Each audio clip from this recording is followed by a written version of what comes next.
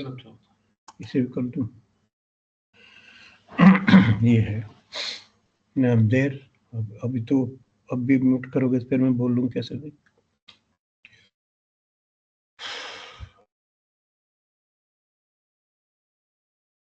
Good evening, sir. You are audible to us. Okay, good evening. Good evening. We shall be beginning in a while. I welcome everybody to this FDP, and we are waiting for our chief guest to join. We are just beginning in a while. Thank you, everyone. Okay, good. That's good.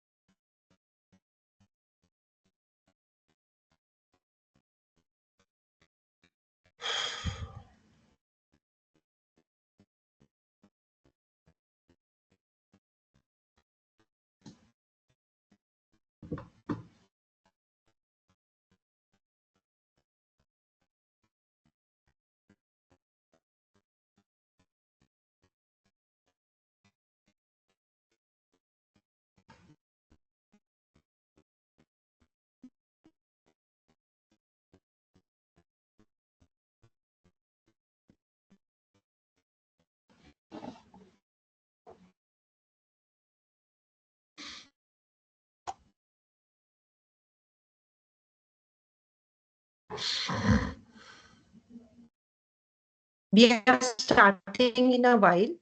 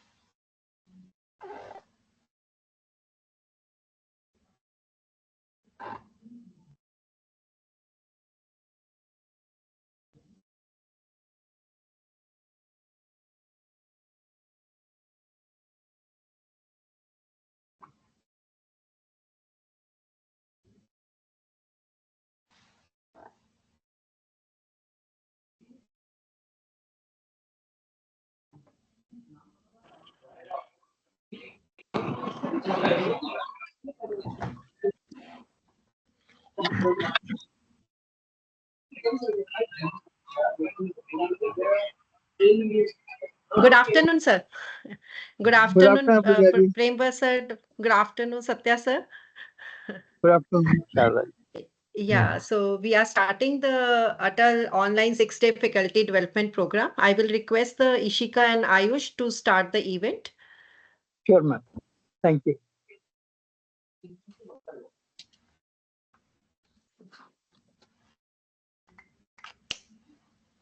A very warm welcome to all our esteemed guests, distinguished speakers, faculty members, and enthusiastic participants joining us for this 6-day online ATAL Faculty Development Program on the topic Vacuum Technology in Semiconductor Manufacturing and Packaging, Innovations, Applications, and Challenges, organized by the North Cap University, Gurugram.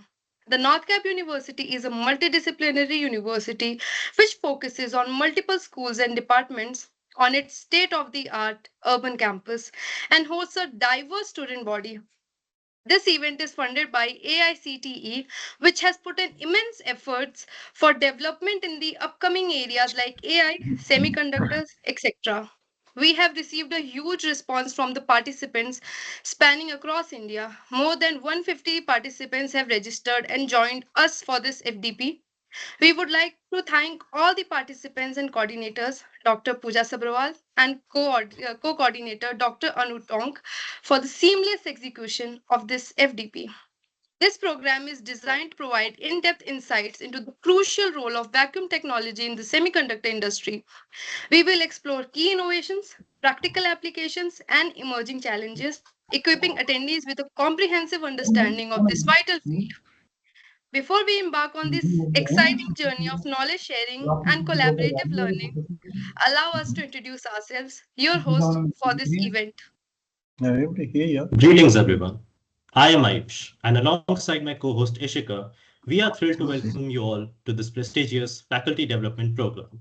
We are both BTech CSE students at the North Cap University, eager to explore the dynamic world of technology and innovation.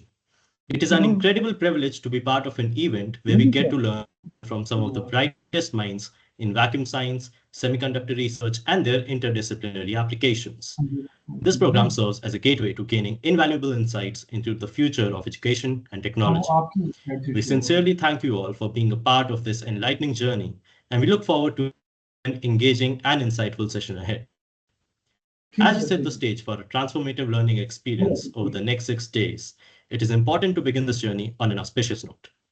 In keeping with our tradition of seeking wisdom and enlightenment before embarking on any academic endeavor, we now move forward to the lamp lighting ceremony.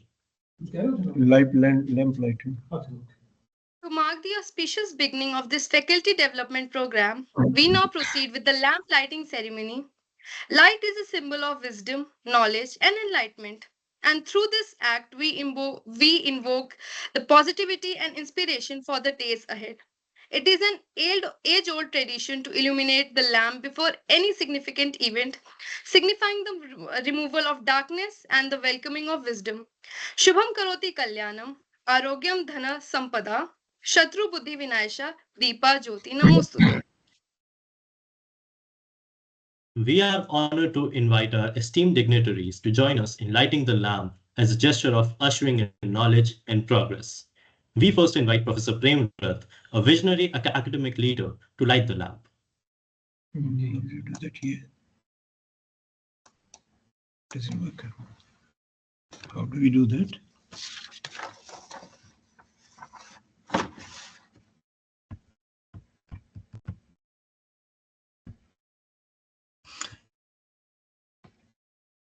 Respected sir, you may click on the light the lamp icon. Yeah, I'm doing that, but it's not happening. Now it has come. Okay, light the lamp. What I suggest is treat it as having lighted from my side. Go ahead, because I'm Thank you, clicking or it's not Professor. working. These are the pain points in online anyway. Yeah, thank you, sir. Treat it Next, as. we request Dr. Satya Gupta, an eminent figure in the semiconductor industry, to kindly join in this ceremonial act.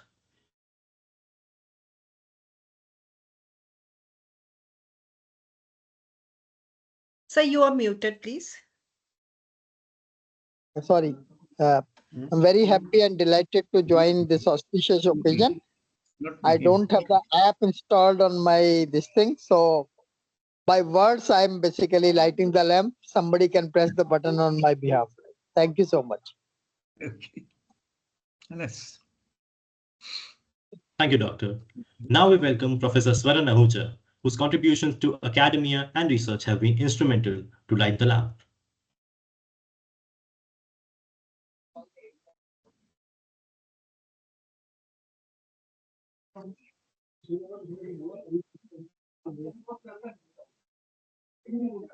Thank you, sir. Now, finally, we request Professor Manoj Gopalia to join in this traditional ceremony.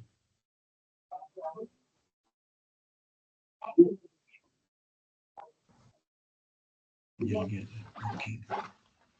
Thank you, Professor. Moving forward, we invite Professor Shada Vashisht, a dedicated educator and researcher, to illuminate the lamp.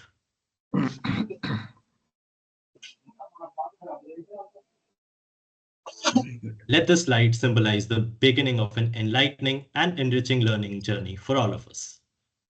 Okay. It is our distinct honor to introduce a stalwart of academia and leadership, Professor Prem Rath, whose contributions to the field of engineering education and research are truly commendable. Professor Prem Rath is an eminent scholar and an institution builder with vast experience in technical education and administration. Having served as Vice Chancellor of UPTU Lucknow, Founder Director of IIT Roorkee, and Director at IIT Delhi, his invaluable leadership has left an indelible mark on numerous prestigious institutions. His expertise spans across industrial engineering, supply chain management, and technology driven education reforms. A recipient of multiple national and international honors, Professor Prem Rath has significantly contributed to bridging the gap between academia and industry through his research, policy advisory roles, and leadership in shaping educational frameworks. His visionary approach has propelled institutions towards excellence, fostering an ecosystem of innovation and research driven learning. We are privileged to have him here today, and I would now like to invite Professor Premrat to address the webinar. Let us all welcome Sir to share his invaluable insights with us. Thank you. Thank you, Ishika. Dr. Satya Gupta, our chief guest in the inaugural session of this 6 days online ATAL Faculty Development Program. My colleagues, Professor Swaran Ahuja, Professor Manoj Gopalia, and head of the department, Dr. Sharda Vashisht, Dr. Pooja Sabrawal, other faculty members, dear students, and the anchors for this event, Ishika and Ayush, and dear participants who are joining this event online, ladies and gentlemen. I'm pleased to be part of the inaugural ceremony being done in a virtual mode, and thank AICT, ATAL Academy, to have found NCU worthy of getting this prestigious assignment of 6 days online faculty development program. The North Cape University, as you may be aware, is almost in 30 years of existence, has been focusing on quality of education. And we are a fully e-governed campus, and quality has been our major focus. It's in that spirit that we mount this program with the hope that the participants will find it extremely useful. And therefore, it's my pleasure to inaugurate the AICT approved ATAL Faculty Development Program on vacuum technology in semiconductor manufacturing and packaging. Innovations, applications, and challenges. That's a subtitle of the program, which are also very, very critical. This week-long program is a step forward in our commitment to advancing knowledge and fostering excellence in the rapidly evolving domain of semiconductor technology. As you know that semiconductor is now a major technological thrust area of the Government of India. I'm delighted to know that 150 participants from across the country have registered for this program. This overwhelming response is a testament to the growing interest and the importance of vacuum technology in semiconductor manufacturing. It's heartening to see that such a diverse group of educators, researchers, and industry professionals coming together to exchange knowledge and their knowledge and expertise. Semiconductors are the heart of modern technology, driving innovation across industries, from consumer electronics to space exploration. The role of vacuum technology in semiconductor manufacturing is critical. It enables the precise fabrication of microchips and ensures the reliability and efficiency of advanced semiconductor devices. As India moves towards self-reliance in semiconductor manufacturing, initiatives like this FDP play a pivotal role in equipping our educators and researchers with the latest advancements in this technology and in this field. I extend my very best wishes to the organizers and compliment for them for having taken this initiative to apply for getting this FDP sanctioned by AICT and who have made this event possible. I'm confident that this program would provide very valuable insights and foster meaningful discussions amongst the participants who are from various diverse backgrounds and were fairly good in number. I encourage all of you to actively engage, exchange ideas, and leverage this opportunity to deepen your understanding of vacuum technology's role in semiconductor manufacturing and packaging. I'm sure that despite its being in the virtual mode, the learning would be real. And hence, I wish you all the best and a very fruitful and enriching learning experience. I thank Professor Sharda Vasisht, the head of the MD department in the NCU. We call it multidisciplinary engineering because the real problem solving is in the multidisciplinary context. And therefore, I hope that the Department of MD will continue to take these initiatives forward in times to come. My very best wishes and success to this FDP. Thank you very much. Thank you so much, sir. Thank you, sir, for your inspiring words and for setting the tone for this event. As we continue this enlightening session, it is our privilege to invite Professor Sharda Vasisht, an esteemed academician and researcher with 28 years of experience, currently serving as the head of Department of Multidisciplinary Engineering at the North Cap University. Additionally, she serves as the Deputy Dean of International Affairs at the North Cap University, fostering global academic partnerships. We are honored to have her with us today. Ma'am, we eagerly look forward to your valuable insights. Thank you, Ayush. Very good evening to our chief guest, Dr. Satya Gupta, Honorable Pro-Chancellor Professor Premvrat, Academic Advisor Professor Swarna Ahuja, Dean Academics Professor Manoj Gopalia, coordinators of the event Dr. Pooja Sabharwal and Dr. Anu Tong, faculty and all the participants. It's my privilege to extend a warm welcome to all of you at the inauguration of this AICT approved FDP on vacuum technology in semiconductor manufacturing and packaging. I'm delighted to share that this program has received an overwhelming response with more than 250 participants from across India joining us. This reflects the growing interest and commitment towards India's semiconductor mission, which aims to establish the country as a global hub for semiconductor design and manufacturing. As India takes significant strides towards self-reliance in semiconductor production, the role of vacuum technology in ensuring efficiency and innovation in semiconductor fabrication becomes increasingly important. We all understand that India Semiconductor Mission is a visionary initiative that seeks to develop a robust semiconductor and display manufacturing ecosystem in the country. And this mission not only aims to reduce dependence on imports, but also positions India as a key player in the global semiconductor supply chain. So vacuum technology, which is the topic of this FDP for a week, is an essential part of this ecosystem, which play a crucial role in processes such as thin film deposition, etching, and advanced packaging. So through this FDP, we aim to equip faculty members, researchers, and industry professionals with the latest advancements in vacuum technology. I extend my sincere gratitude to AICT, our esteemed speakers, faculty members, and organizers for their efforts in making this FDP a reality. I encourage all participants to actively engage, exchange ideas, and leverage this opportunity to strengthen their expertise in this crucial, critical domain. Together, through knowledge and collaboration, we can play our part in realizing India's ambition of becoming a global leader in semiconductor manufacturing. Wishing all of you a successful and enriching learning experience. Thank you so much. Thank you.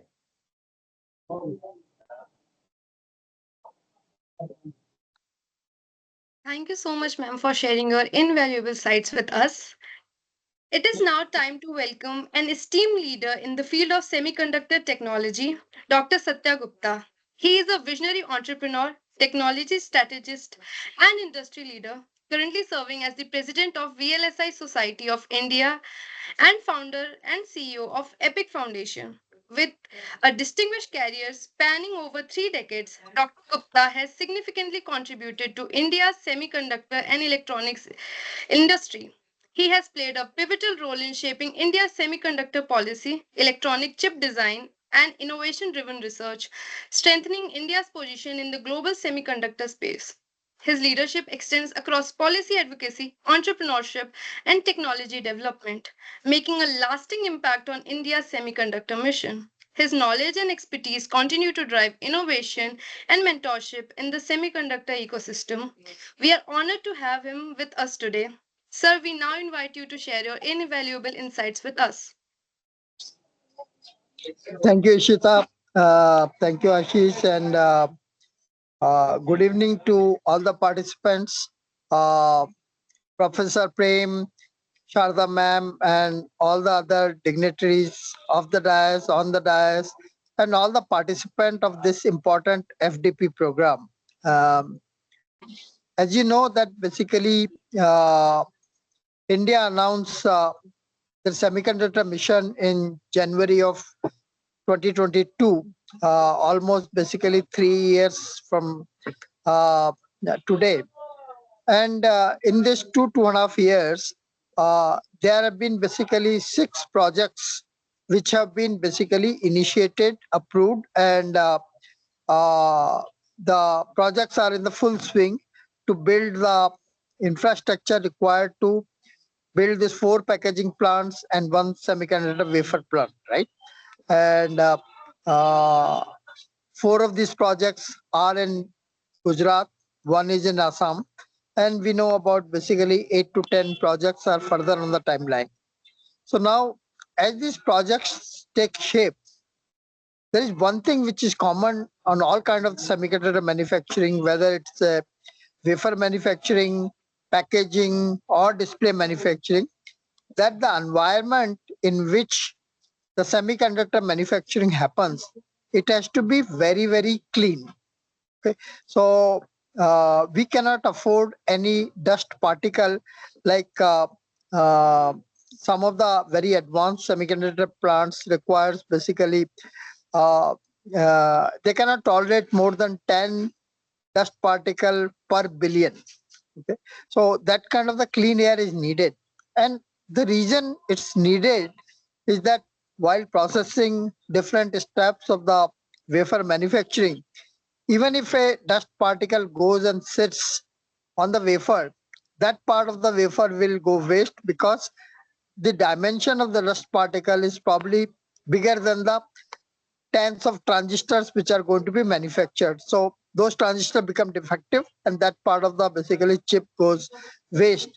So I think this is one of the technology which is cuts across basically all type of the semiconductor manufacturing. For very advanced wafer manufacturing like 10 nanometer and below, the class basically of the purity of the air has to be very, very, very high. some older technology may not need as much pure, but still it's basically very high, and basically packaging might be little low. And all of that is made possible through the basically various kind of filter mechanism and the vacuum technology, HVAC technology, and all kind of the basically things which help in creating very clean air in the fabs.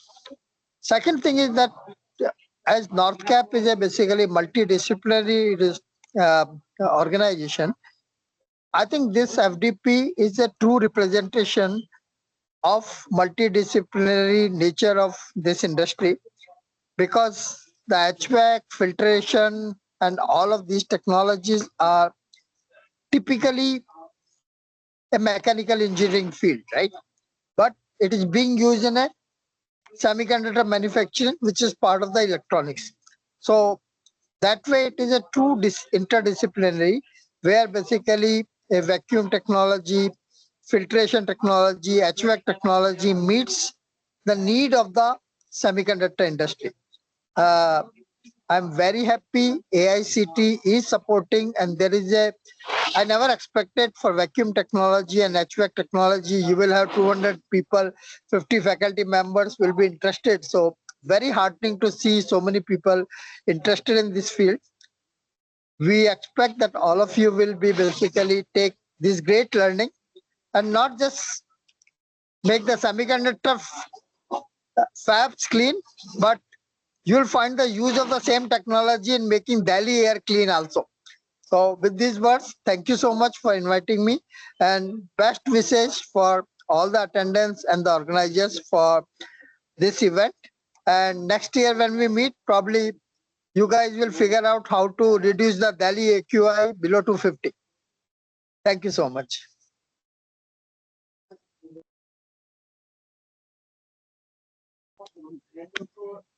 Thank you so much, sir. Thank you, sir, for your inspiring words. To formally express our appreciation and acknowledge the efforts of everyone involved, I am delighted to invite Dr. Pooja Sabharwal, Coordinator FDP, to deliver the vote of thanks. Dr. Pooja Sabharwal has been a driving force behind the seamless execution of this event, ensuring that every detail contributes to an enriching experience for all attendees. Ma'am, we now request you to share your closing remarks and extend our collective gratitude. Thank you, Ayush. Respected Chief Guest, Dr. Satya Gupta, Pro-Chancellor, Sir, Professor Premvrat, Academic Advisor, Professor Swarna Hoja, Professor Shardam Shisht, HOD, Multidisciplinary Engineering, my esteemed faculty members, and the dear participants, a very good evening. It is an honor and privilege to extend a vote of thanks on the behalf of the NorthCap University, Gurugram, for the inaugural session of the AICT-sponsored ATAL Online 6 Days Faculty Development Program on Vacuum Technology in Semiconductor Manufacturing and Packaging. First and foremost, I express my heartfelt gratitude to our chief guest, Dr. Satya Gupta, President, VLSI Society of India, for gracing the occasion with his presence and for sharing such inspiring insights. Your words have truly set the tone for the FDP, and we deeply appreciate your encouragement and support. I extend my sincere thanks to our esteemed resource persons who have accepted the request, and their expertise will guide us through this enriching learning journey. Your contributions are invaluable in enhancing our knowledge and broadening our perspectives. A special thanks to Professor Shardam Shisht, HOD Multidisciplinary Engineering, for her unwavering support and guidance from the initial application for the FDD to its seamless execution. Her leadership has been a driving force behind the success of this initiative. I also extend my deep appreciation to AICT and the ATAL Academy for their continuous support in fostering faculty development initiatives and for enabling us to organize this FDP successfully. My sincere gratitude goes to Dr. Anup Tong, co-coordinator, and Dr. Mona Agarwal and Mr. Ajay, whose meticulous planning and dedication ensured the smooth execution of this inaugural session. To our enthusiastic participants, thank you for your keen interest in the semiconductor field and active involvement is what this program makes meaningful and impactful. Last not least, but my heartfelt appreciation to Mr. Krishanu for designing the digital inauguration platform. With this, we officially embark on a journey of learning and knowledge sharing, wishing everyone a fruitful and enriching experience in the coming days. Thank you, and best wishes to all the participants. Thank you, everyone. Thank you, ma'am. Now, we'd like to take a short break of 15 to 20 minutes. Thank you for your patience. We will be moving towards the session 1 after 10 minutes, right? Thank you, everyone. Thank you, Premra sir. Thank you, Gopalia sir. Thank you, Sharda ma'am.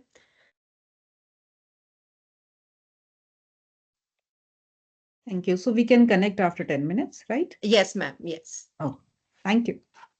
Thank you, sir.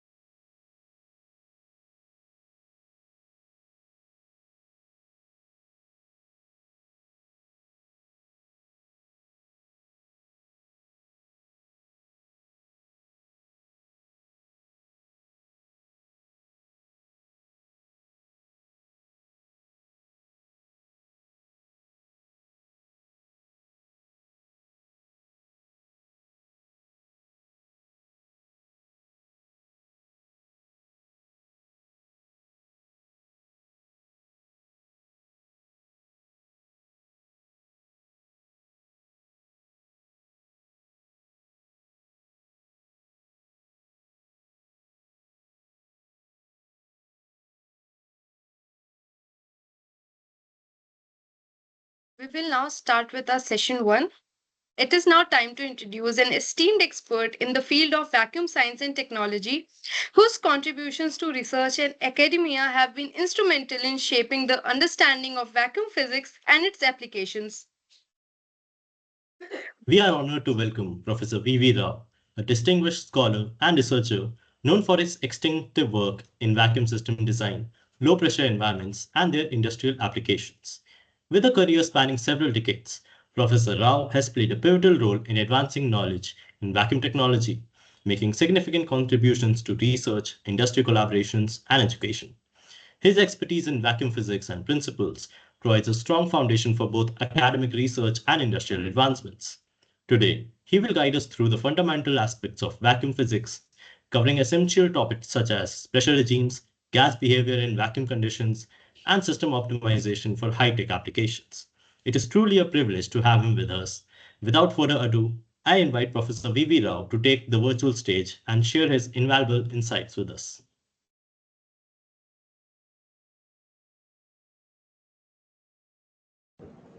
Am I audible and visible? Yes, sir, you are audible and visible. Thank you so much, sir, for accepting our request. I welcome you to this 6 days ATAL online FDP. The stage is yours, sir. Oh, great. So, welcome everybody on behalf of organizers.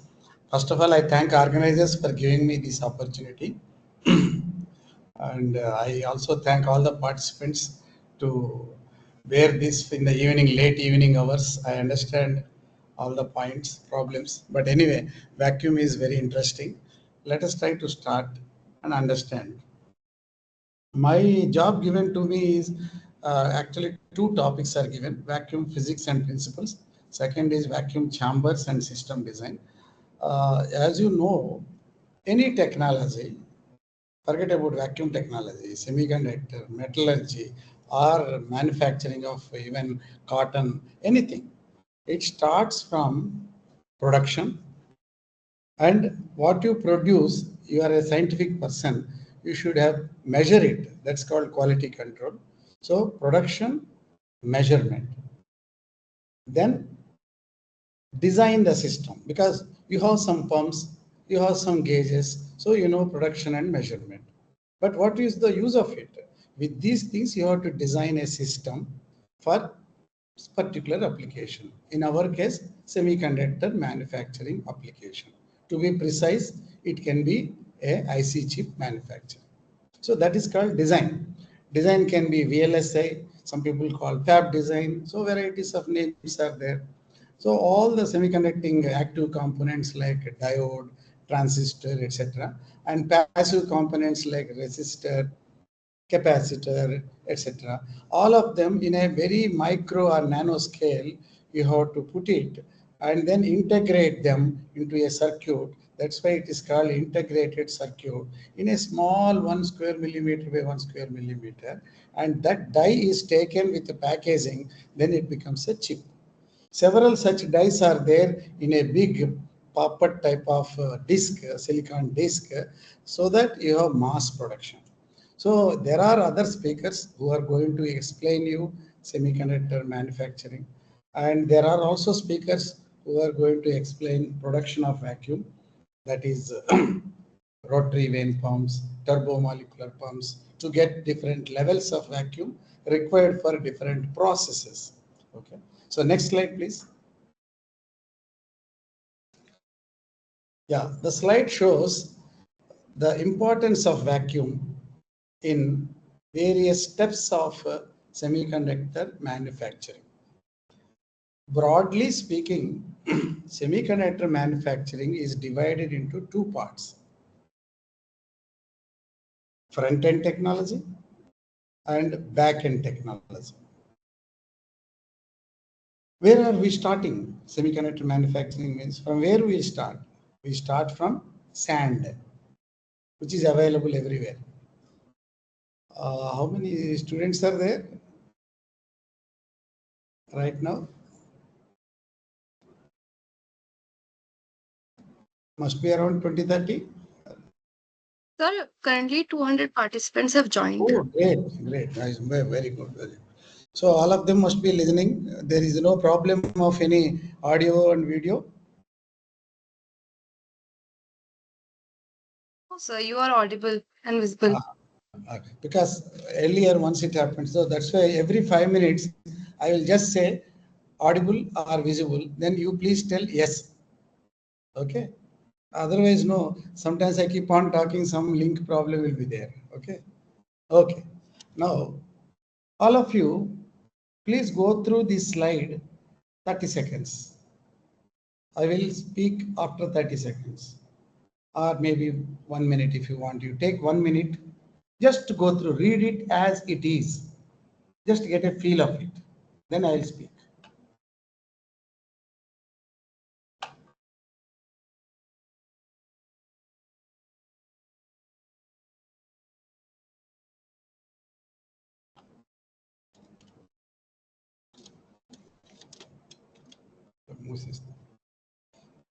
Speech ఎక్కడ of చేయాలి?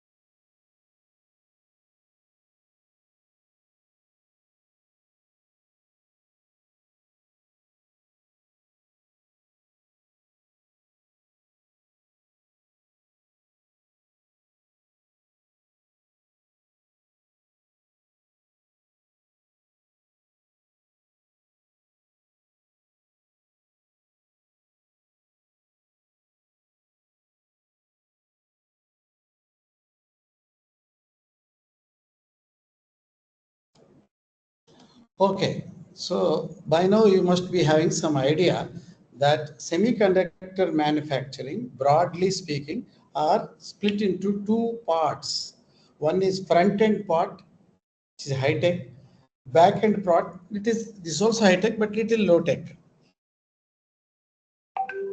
So the processes in the front end involves up to the manufacturing of transistors or CMOS, whatever is the basic building block of the semiconductor chip manufacturing in the microscopic level. Back-end process is assembling them, test them, and check them, and reject few things, and accept, and then put the wirings, package it, and then make all the necessary finer touches of the whole thing, and then release it as a chip. So back-end and front-end manufacturers, I'm not going to explain in detail because there are professors who are going to explain it. There are experts who are going to explain it in detail. We have a 6 days program. My idea here is to convince you that there are nearly 150 steps starting from the bulk silicon wafer. That silicon wafer itself is obtained by vacuum firing of silicon dioxide, sand with coke, that is C, carbon, and that reaction will take carbon dioxide out. Silicon is formed in the polycrystalline silicon that is melted, and with the crystal growth technique, you bring it and then cut it into wafers. So this is all a game that also requires vacuum. But after that, you oxidize it, and then lithography, you make a patterns, and then put some ions or some other vapors of p-type or n-type and diffuse them so that you will get some p-type layers within that n-type substrate or reverse. Afterwards, you again seal it, whether it is a FET or a BJT. Accordingly, you make one more photolithographic setup. They will explain all those things. I am not explaining photolithography. Then you get another electrode. Like that, hundreds of such layers at various points, which is reproduced every die, small things, and then make integrated circuits and then cut it, and each small thing put it into one chip. This is the technology. But from vacuum point of view, we have to have doping, deposition, that is thin film deposition for metallizing contacts, etching with ion beam lithography. That ion beam itself is meant for doping. So ion beams are created again in vacuum technology. And oxidation, controlled oxidation, and photolithography, every process somewhere or other requires vacuum technology. So it is customary for an engineer or a scientist or a designer to get a feel of production of vacuum and system design application, because if vacuum systems are not working, the chip will not be working. You cannot make chip starting point even. So without switching on the vacuum and creating the clean atmosphere in a chamber, that chamber is located in a clean room, you cannot think of making even a simple diode. Forget about IC chip. Okay. So back end operation is assembly and testing. Front end operation is up to transistor level. These two operations are going to be explained by other experts. Because of lack of time, I am not going into the details of it. So the wafer manufacturing requires vacuum, lithography requires vacuum, doping requires vacuum, deposition requires. That's why this workshop is vacuum technology and its role in semiconductor manufacturing. Next slide, please. So here are the processes where I have explained whatever already in the first slide. They are again shown for your clarity, because these are the processes. These processes are vacuum-based processes in semiconductor manufacturing. What are those? Deposition, first process. Second is etching. Third is doping. Fourth is wafer handling. Fifth is lithography. Even the handling of wafer, inside keeping, automation, and rough vacuum chamber, first to put it there, clean it, and then open the second wall, send it to the high vacuum. All these vacuum operated things, operations are in addition to the deposition. So there are a whole lot of operations going on. So if for a clarity, this will be explained by others, I hope, because there are other speakers who are going to discuss etching, LPCVD, CVD, PVD, implantations, diffusion processes, packaging, all this. Normally, I explain to our students all of them along with vacuum. But today I have given the topic of explaining the vacuum aspects and design of vacuum systems aspect of it with respect to semiconductor manufacturing. So though I am tempted to keep on talking about semiconductor, I should control myself, because I will not be able to do justice for vacuum technology in limited time. So I request all of you to look at this slide for a half a minute or 1 minute immediately, so that you know the parameters, you know the phrases first, then I will come to you. But this is just to give you a feel that these are the processes which you are going to be explained by other speakers. But these are the processes definitely require vacuum, and how those chambers look like. That is what my way of teaching vacuum technology for semiconductors. So first, all of you are in, please go through this slide for a half a minute.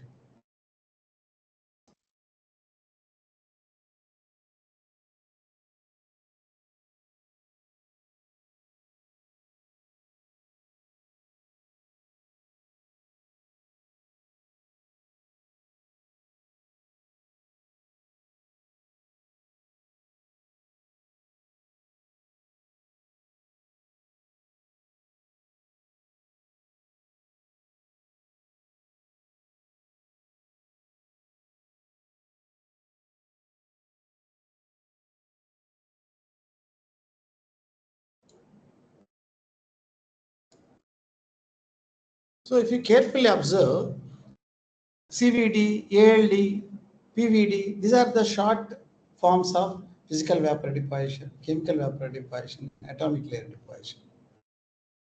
You cannot evaporate some material and get the film of the same thing on the substrate in connection with semiconductor unless you do the whole process in vacuum atmosphere, whether it is a deposition or etching or anything. Once again, I don't want to go into the details, but I want you to understand one simple point, role of vacuum, why it is required.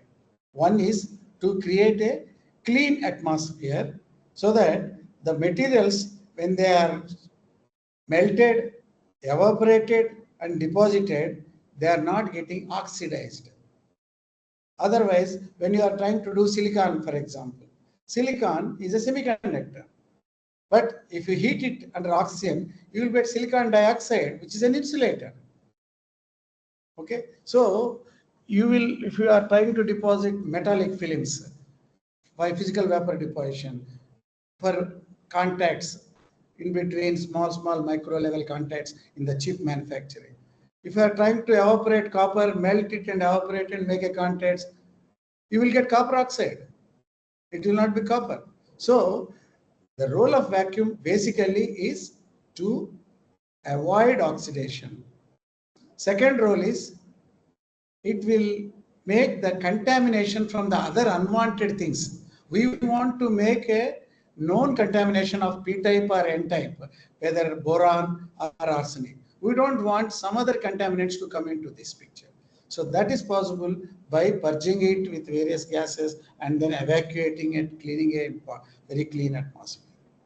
Third role of vacuum in semiconductor manufacturing is to produce ions, ion beams, because they themselves require vacuum to produce ion beams. After all, how ion beams are produced? You make an electron, thermionic electron, accelerate them, hit with the neutral atoms which are there in the rarefied atmosphere, and they are converted into ions. These ions are accelerated by the electric fields and are deflected by the magnetic fields, and you do all that things, you get ion beam deposition. Ion beam, if it is used for depositing, that is called ion beam deposition. If ion beam is there to etch the surface, that is called ion beam etching.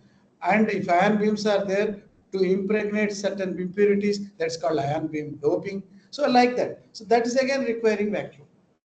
Then the fourth aspect of vacuum in semiconductor manufacturing is the distance between the source of vapor and the deposited point, that's called substrate.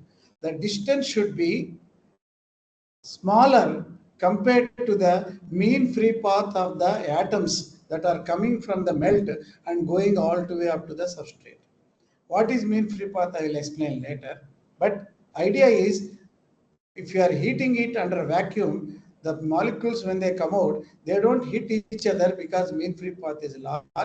And in a calculable manner, you can calculate the thickness of the films, and unless you do thickness calculations properly in the fab design, you will end up in chaos. The semiconductor circuits will not be proper. So in a nanoscale, when you are depositing, the way the geometry is fixed, that requires conformal coatings, that requires very fine patterns, shaped sizes, very nano size. These are not possible unless the distance between the source and the substrate is smaller compared to the mean free path. Then only we will get atoms layer by layer, that's called epitaxial growth, so that one atomic layer is formed very slowly. Otherwise, it will take microsecond to form atomic layer, but we want to form it in half an hour. That is not possible unless you have a vacuum. So if you try to deposit or etch or anything, whatever you're cleaning or lithography or anything, if you try to do in atmospheric pressure, you end up in milliseconds or seconds, you will get impurities. Whereas slowly you have to deposit. Why you want to do slowly? Otherwise there will be blocks of polycrystalline formation of the film. We want single crystal. Epitaxial layer, layer by layer. So vacuum is important for that slow deposition at atom wise. One gallium atom, one arsenic atom. If 2 gallium atoms, if they come and 1 arsenic, it will not be gallium arsenide film. So chemistry, physics, quality, deposition, crystallinity, without oxidation, and controlled way of depositing, so that you will get your active and passive elements like transistors, diodes, and resistors, and capacitors also made by deposition only. So all are micro capacitors, micro transistors. It is impossible unless you do a clean atmosphere of vacuum. This is what I have explained. Even the handling into the load lock chamber, that is the starting chamber, somewhat medium vacuum. First you keep the substrate, whatever that wafer, first into that, then next level. So your clean room, some other time I hope the organizers will show you the clean room. First room is 1 lakh, then 1000, then 100, like that. Same thing in vacuum also, when the wafer goes for various operations of semiconductor, it will go step by step. That is called load lock arrangement, transferring from one side to the other. It's a whole lot of technology which we teach 30-40 hours. So those who are interested in the instrumentation related to vacuum, etc., the technology, mechanical aspects, chemical aspects, physical aspects, you can contact me later so that we will discuss, or even in your colleges also, we can have a small program later in an informal way. Okay. But right now, you don't worry about understanding every bit of it. Only hear the words first, phrases. Okay. So next slide, please. So I already explained you various processes. They are again explained one more time with clean rooms. This is how a typical clean room looks like. On the top of it, you are having the silicon wafers are coming in boxes, and they will be connected to various places. Left side, you are having different things which are called tools. In each tool, one tool is meant for lithography, other tool is meant for ion beam deposition, some other tool is meant for metallization. So like that, some other tool is meant for analysis, whether you are forming or not, scanning, electron microscopy, X-ray diffraction. Like that, varieties of processes are going on. And nowadays, extreme ultraviolet lithography is going to super smart electron beam lithography or photolithography. So varieties of new technologies are coming. But the thing that is producing lithography, that also requires vacuum. The films, metallization for contacting requires vacuum. The doping, oxidation controlled way, and etching with ion beams, they are also require vacuum. So all of them are going on in different chambers. So there are technologies. First you do one thing, then talk to the other fellow. There are other technologies. All 6 people are doing in a pentagon or hexagon, different chambers. It will go there, come back. Again lithography, go to the metallization, come back. So there are varieties of one at a time or sequential processing, etc., which others will explain to you later. Next slide, please.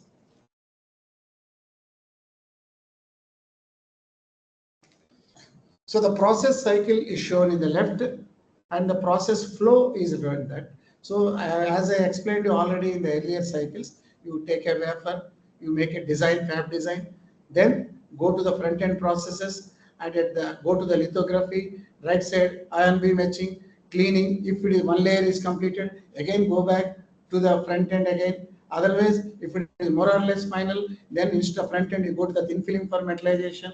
So at what time, what is the decision making, that fab designer fellow will tell, so that different walls are opened, and all the other things in the left side, you see, diffusion, ion implantation, CMP, chemical vapor deposition, physical vapor deposition, etching, cleaning. They are all interconnected to the central fellow, which is masking and lithography, and that to that, the vapor is sent through a load lock chamber. It's a beautiful arrangement, which I feel like explaining hours together, but I don't have time. So this is just a process cycle and flow. I request all of you to go through for a minute. I'll come back. Just to see the left and right. Left side is the cycles in a schematic way shown. Right side is the process flow, where from the wafer, it goes after the testing, finally chip will come out of it.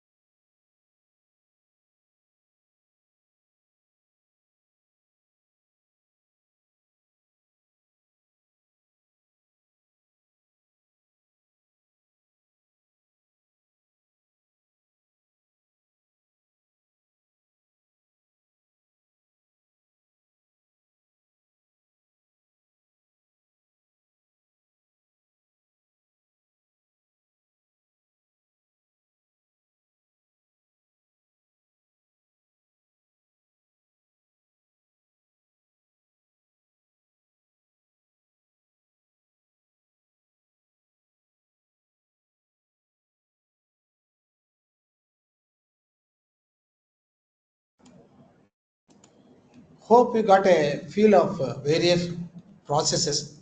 Each process, if I am correct, there are speakers meant for that, whether it is a cleaning or a packaging or a planarization. It's a very important mechanical operation of polishing in a nanoscale. Then lithography, experts will explain to you all these processes. I'm not going into that. Okay, next slide, please. So by now, you have got a feel that vacuum technology is very important for making the various steps involved in semiconductor manufacturing, because of the obvious reason, contamination, chemical contamination is reduced by vacuum. If somebody asks you a question after this course, what is the role of vacuum in semiconductor manufacturing? Immediately you should start telling, vacuum will create contamination free. Vacuum will create mean free path longer, very longer. Instead of micron mean free path at atmospheric pressure, it will take 2 kilometers of mean free path at 10 power minus 10 torr. But at 10 power minus 10 torr, since the chamber is only meters, but mean free path is 10 kilometers, then most of the collisions of the molecules are with respect to body only.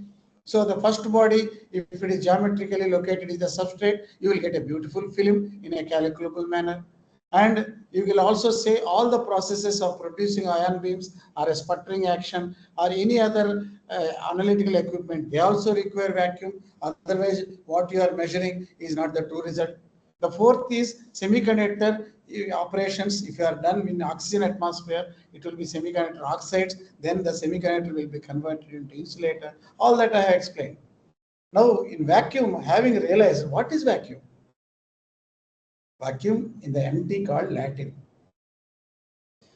But a scientific definition is any given space, the chamber, if the molecular density, that means number of molecules, that is nitrogen and oxygen here mostly, if it is a dry day, otherwise moisture will be there. If it is a dry atmosphere, 75% oxygen, then 20 something oxygen, then third price goes to the argon, like that. The rest of it is negligible. Okay. So this air, on an average, if you take, don't distinguish between nitrogen or oxygen, but molecules, entities, that is for cubic centimeter, that is centimeter by centimeter by centimeter, a small die type of thing. Okay, die. What you are playing, that small block, that contains 10 to the power of 19 molecules.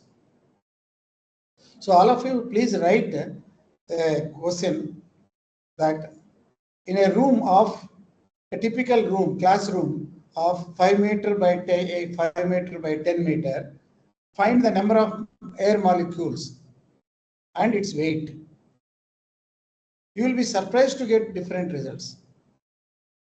And how do you calculate the number of atoms? You can say for cubic centimeter, 2.5 10 to the power of 19. That is, so for cubic meter, it will be 2.5 10 to the power of 25. And this many meter cube multiplied. Very simple. But imagine the first fellow who has done it. How did he measure this 10 to the power of 19? I have given it in the bottom. There is an example. It is taken from the simple gas law. PV is equal to nRT.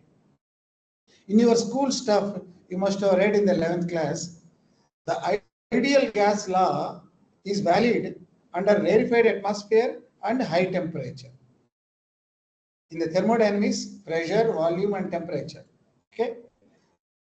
Volume is only in your control. Pressure, it gets controlled automatically. If you press the volume, pressure increases. So, higher pressures, van der Waals equations will come because the distance between the molecule is in micron or even smaller, then the atomic size also comes into picture. When the distances between the molecule is comparing to the atomic size, then you will have to take into account a volume which is not freely available for the molecules. That is the volume occupied by the molecules itself. That's why there is a volume V minus B that is available for the free molecules. And similarly, pressure also interactions have to be taken into account. P is added as P plus some term and V minus some term. So that is van der Waals equation.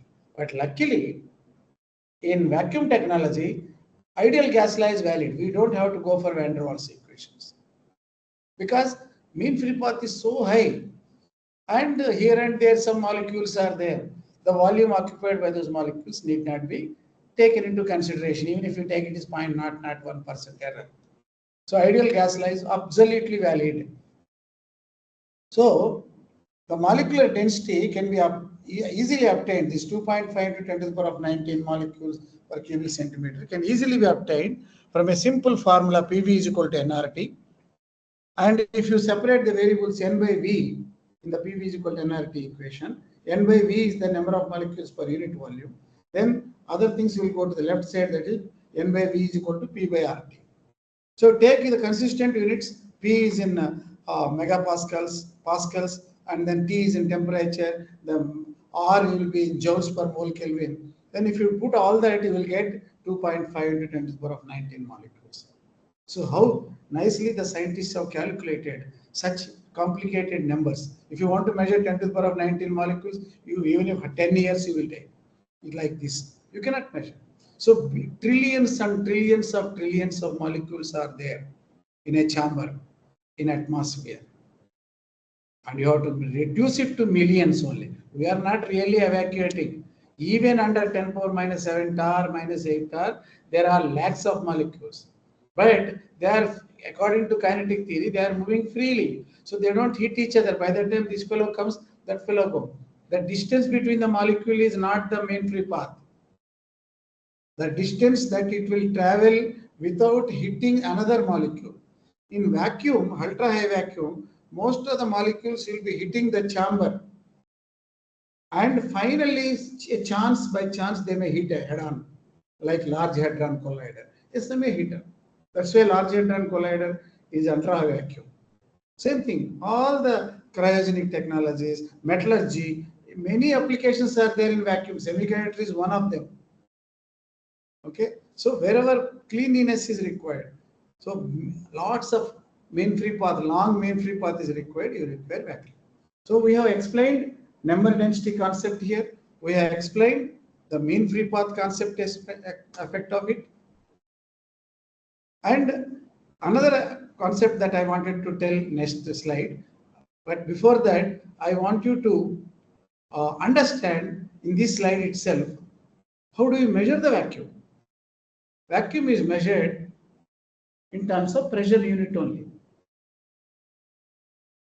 And 1 atmosphere that is there in surrounding me and surrounding all of you, it is nothing but 760 tar.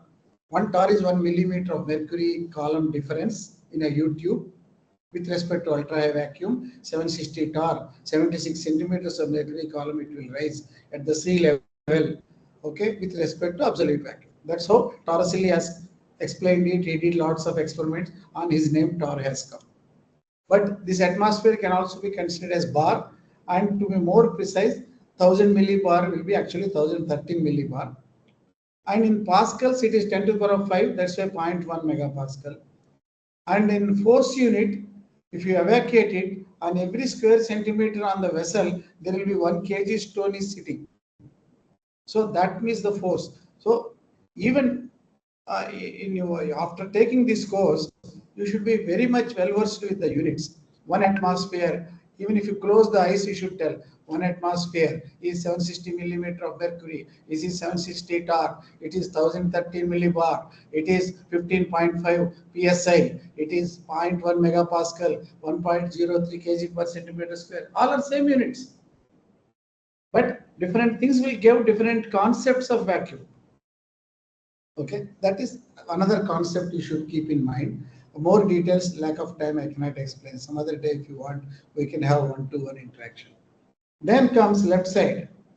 This is my atmosphere. If you put a gauge, it will show 0 pressure because gauge is always working as a force concept. So there is no differential force. Inside the gauge is also 1 atmosphere, outside also atmosphere.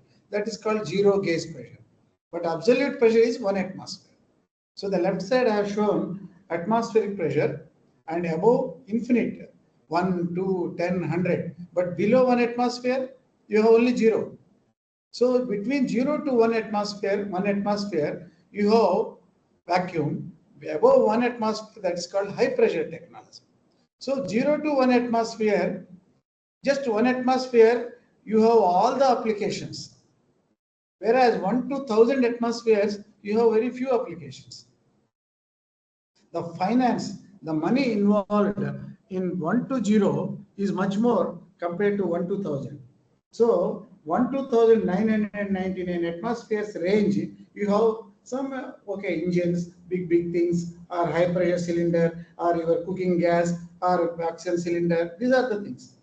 Compressors like that. Whereas below 1 atmosphere, you have transistors, you have diodes, you have cell phones, you have laptops, you have computers, you have very high tech, deep metallurgical things, non-oxidized metals, metal formings, and varieties of nuclear reactors. No nuclear engineering is possible, no space technology is possible, no electronics is possible, no metallurgy is possible, no semiconductor engineering is possible without vacuum.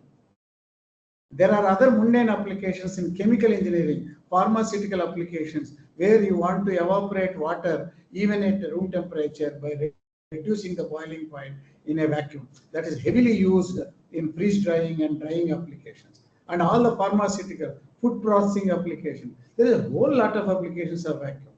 And all these 0 to 1 atmosphere.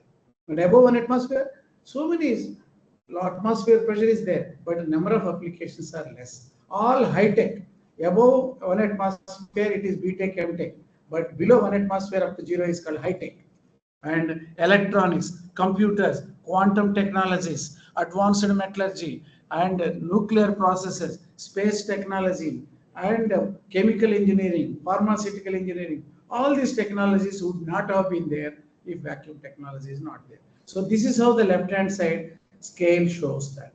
Of course, some other expert is going to explain you measurement of vacuum. There you will again get the same values again. And these are the concepts in this slide. Another concept here I wanted to tell you is this last but one line in the front top. 1 mole of any gas at STP conditions occupies 22.4 liters of volume. Whether it's a nitrogen gas of 28 grams or a hydrogen gas of 2 grams or a helium of 4 grams or oxygen gas of 32 grams, that is 1 mole. All of them contain same 6.023 10 to the power 23 molecules. That is Avogadro number, 1 mole of gas. And all of them will occupy 22.4 liters only. That is the beauty of gas laws. Irrespective of nature of the molecular size, all the molecules, if they have taken 1 mole of those respective gases, it will occupy 22.4 liters. That is another way of calculating the weight of it. In your room, for example, I told you a question, what is the weight of this area? So you take this 22.4 liters, this is how many liters? Some 25 into 5 into 5, so 125 meter cube, multiply by 1000 and divide it by 22.4, you will get moles of gas. Multiply by the molecular weight, you will get number of kgs or grams. You will be surprised it will be kg. But we don't feel that kg sitting on our cheeks because it is dispersed. Okay, so all these concepts of vacuum technology are important. Apart from contamination control, oxidation control, mean free path, so that calculable thickness will come, monolayer is formed very slowly, so that crystallinity will take place, epitaxial layer will be there, nano level controls are there, and high density, lakhs of elements in 1 square millimeter is possible. So all these concepts are interrelated to the vacuum technology. Next slide, please.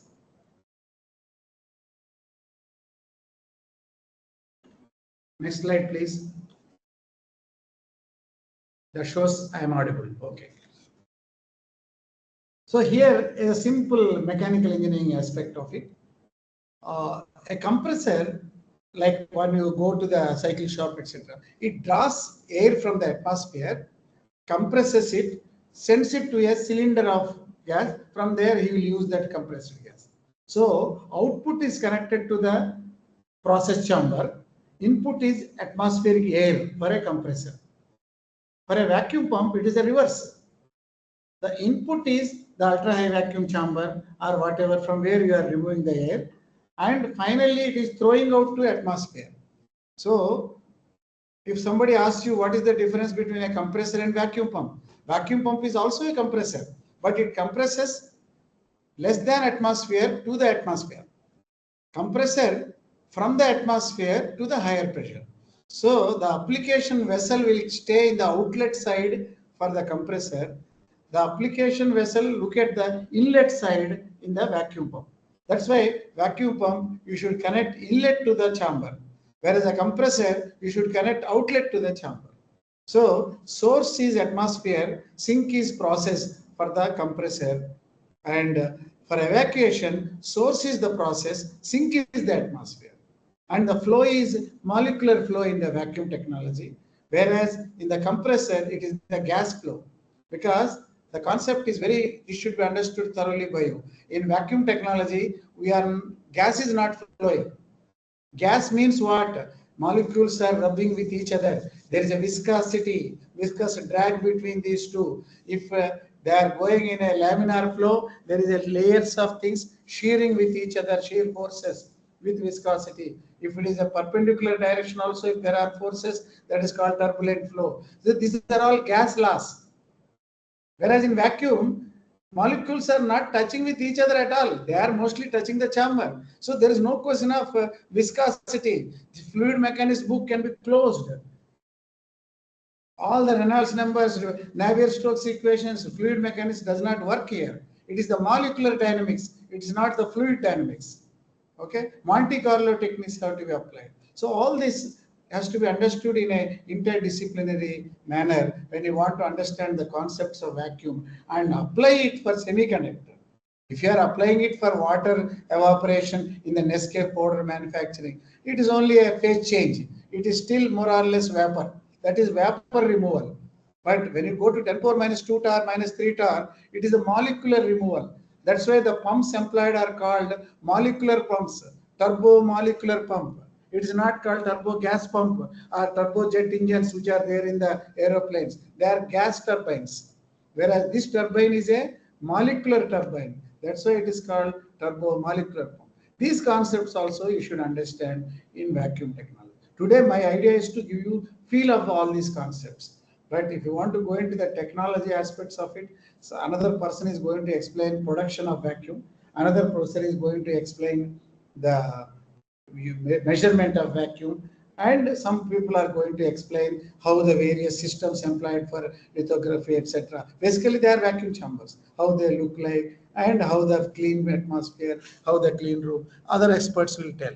But my idea is you get a feel of the necessity of vacuum and the basic concepts of vacuum, which you have to control as an engineer, as a scientist. If you don't get vacuum, semiconductor story will not start.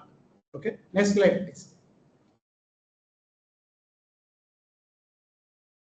If I just a comfort, I just want to, what we are talking great about vacuum is naturally available in atmosphere. For example, once you cross 10 kilometers height, it is totally vacuum for billions of meter cube. Entire space, 99.999% of universe is under vacuum. So if you can go there, you can do the experiments without any vacuum technology because naturally available. 30, see, wherever our satellite is saying that thousands of kilometers, there already satellite is surrounded by ultra high vacuum because once you cross 10,000 kilometers, you are having 10 to the power of minus 13 torr available. Chemistry wise, they are not nitrogen, oxygen, atomic nitrogen, atomic oxygen, etc. These things are explained later at your leisure. You can slowly go through it. I'm sure you can easily understand. I should not unnecessarily spend time on this unless I want to have a fun, which I can have separately in your college if you ask another 1 hour lecture separately, but not right now because you have a long way to go. Okay, so the idea is human beings can create vacuum during respiration because unless you create, my lungs are creating, expanding, and because of the expansion, pressure is going down through the nostrils, air is going. And yoga people like Ramdev, etc., they can expand more. So they can produce better vacuum. So they will take more oxygen. So that will be converted with carbon dioxide. The leftover useless carbon contamination of the body continuously taking place. And their health is much better because their inhaling of oxygen and exhaling of carbon dioxide is much more. So if somebody says, I don't know vacuum, then he's a dead body, because every second he is producing vacuum in the lungs. And whenever you are sipping the Coca-Cola from a bottle against gravity, you are producing mouth around 400 tor, 500 tor, so that you can suck. Imagine if a strip is given, ground floor, there is a Coca-Cola bottle and you are asked to take from the second floor. You cannot, unless you produce that much vacuum. Okay, and maximum possible vacuum is 76 centimeter of mercury multiplied by 13.5, that is 10 meters. So if there is a 20 meters height from the water body, that is Coca-Cola, and your mouth, that is you are in the third floor, theoretically it is not possible, because it will raise up to 10 meters and stops.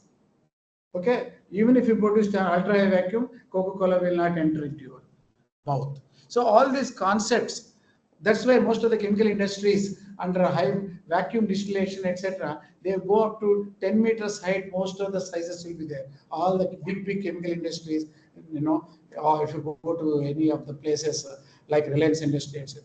Why 10 meters? Because the barometric condensers connected to the chemical plants, they are maximum 10 meters, so that using that that principle, you can store against liquid seal of the U-tube. If you cross 10 meters, it will keep on going out. So all these concepts are there. That is called natural vacuum. So nature is so powerful. What we are trying to do, 10 power minus 10 tor, spending crores of rupees to make lakhs of cell phones for the public. This much crores of rupees, hundreds of crores of rupees, that most of the equipment, semiconductor manufacturing equipment, 60% of the cost is vacuum equipment. If there is 86,000 crores given by our Prime Minister for the semiconductor mission program, 40-50,000 crores will go in vacuum chambers, vacuum makings, clean rooms like this. Remaining 20-30 is only to materials, heating, melting, casting like this. Okay, so vacuum technology is very important. Next slide, please. So same thing, whatever I explained, molecular density, mean free path is explained. Third thing which I have not explained, now I am going to explain, that is time to form monolayer. Of course, I have already explained contamination, because it will take microsecond to form a layer. Suppose I scratch this is my titanium nitride coating, my golden type. If I scratch it, within microsecond, millisecond layer will be formed oxide. But if I keep it under ultra high vacuum, it will take 10 hours. That's why surface chemistry people want 10 power minus 8 tor, then remove that top layer, etch it, then measure the virgin surface, virgin interfaces, various reactions. It is not possible. XPS, X-ray fluorescence spectroscopy, or scanning electron microscopy, X-ray diffraction, ADAX. Nothing is possible, because before you understand the top surface, already impurity surfaces are formed in milliseconds. So that is called time to form monolayer. Under ultra high vacuum, it will take days together. Before that, you can make a meaningful experiment of surface analytics, surface analysis. Then you do PhDs, you do very good layers of thin films, and then make thin cell phones, laptops. First of all, why should you make thin film? So that one dimension is reduced. By making the lithography, next to 2 dimensions. If all 3 dimensions are reduced from meters to microns or nano, then we have a compaction. That's called very large scale integration. Okay, so that is possible only under vacuum conditions. So I will give 1 minute, and if you are going higher vacuum, the collision of molecules onto the surface is reduced, because density of molecules here are less. They are going into 360 directions. Some of them will go towards the surfaces, and the collision is very important. These collisions will decide finally whether it is a nuclear physics or whether it is semiconductor physics or space technology. All of them, these collisions dominate a lot. Plasma will be created if the collisions are properly controlled. Otherwise, they will be neutralized. So this time to form monolayer, surface collisional frequency, mean free path, molecular density is have to be controlled. What will happen as you increase the vacuum? Molecular density will come down naturally. For the same number of molecules in a chamber, if you are removing density, chamber volume is fixed. Per unit volume, now number of density will be less. So density is directly proportional to pressure. Mean free path, as you reduce the number of molecules, they are more free to move. Mean free path, inverse function. Molecular density is a proportional function. Mean free path is an inverse function. Surface collision frequency will be also less and less. And time to form monolayer is more and more as vacuum is created. These things are given. Just I want you to go through 1 minute so that these fundamental concepts are covered in this. Just go through 1 minute, I'll come back.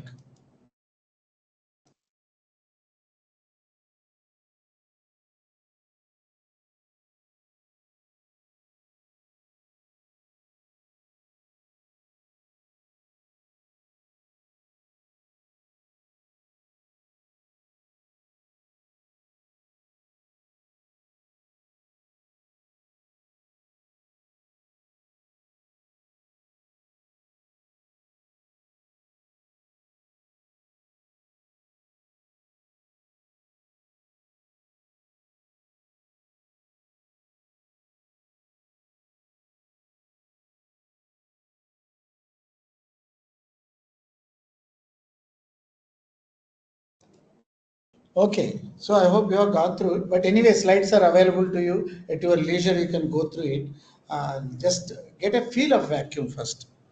And importance of vacuum, there is no need to highlight again and again, because without vacuum, nothing is possible. Next slide, please.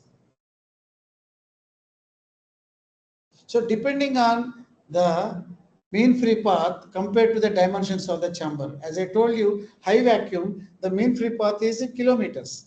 That means a molecule will hit another molecule by traveling in random way kilometers of length before it hits with another nitrogen molecule.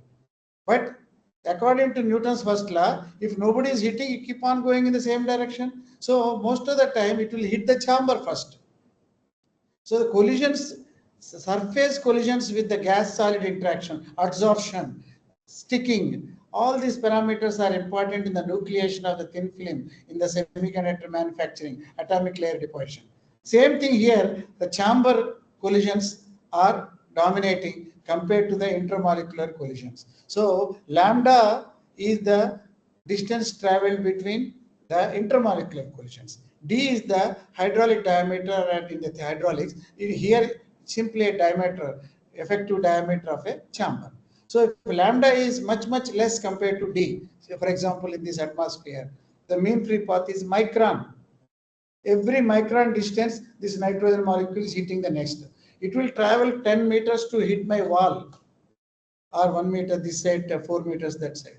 But high vacuum, if the room is evacuated, it will be still 1 meter and 4 meter, but mean free path from microns at 10 power minus 10 tar, it has gone to kilometers. So initially atmospheric pressure, D is 1 meter and lambda is micron.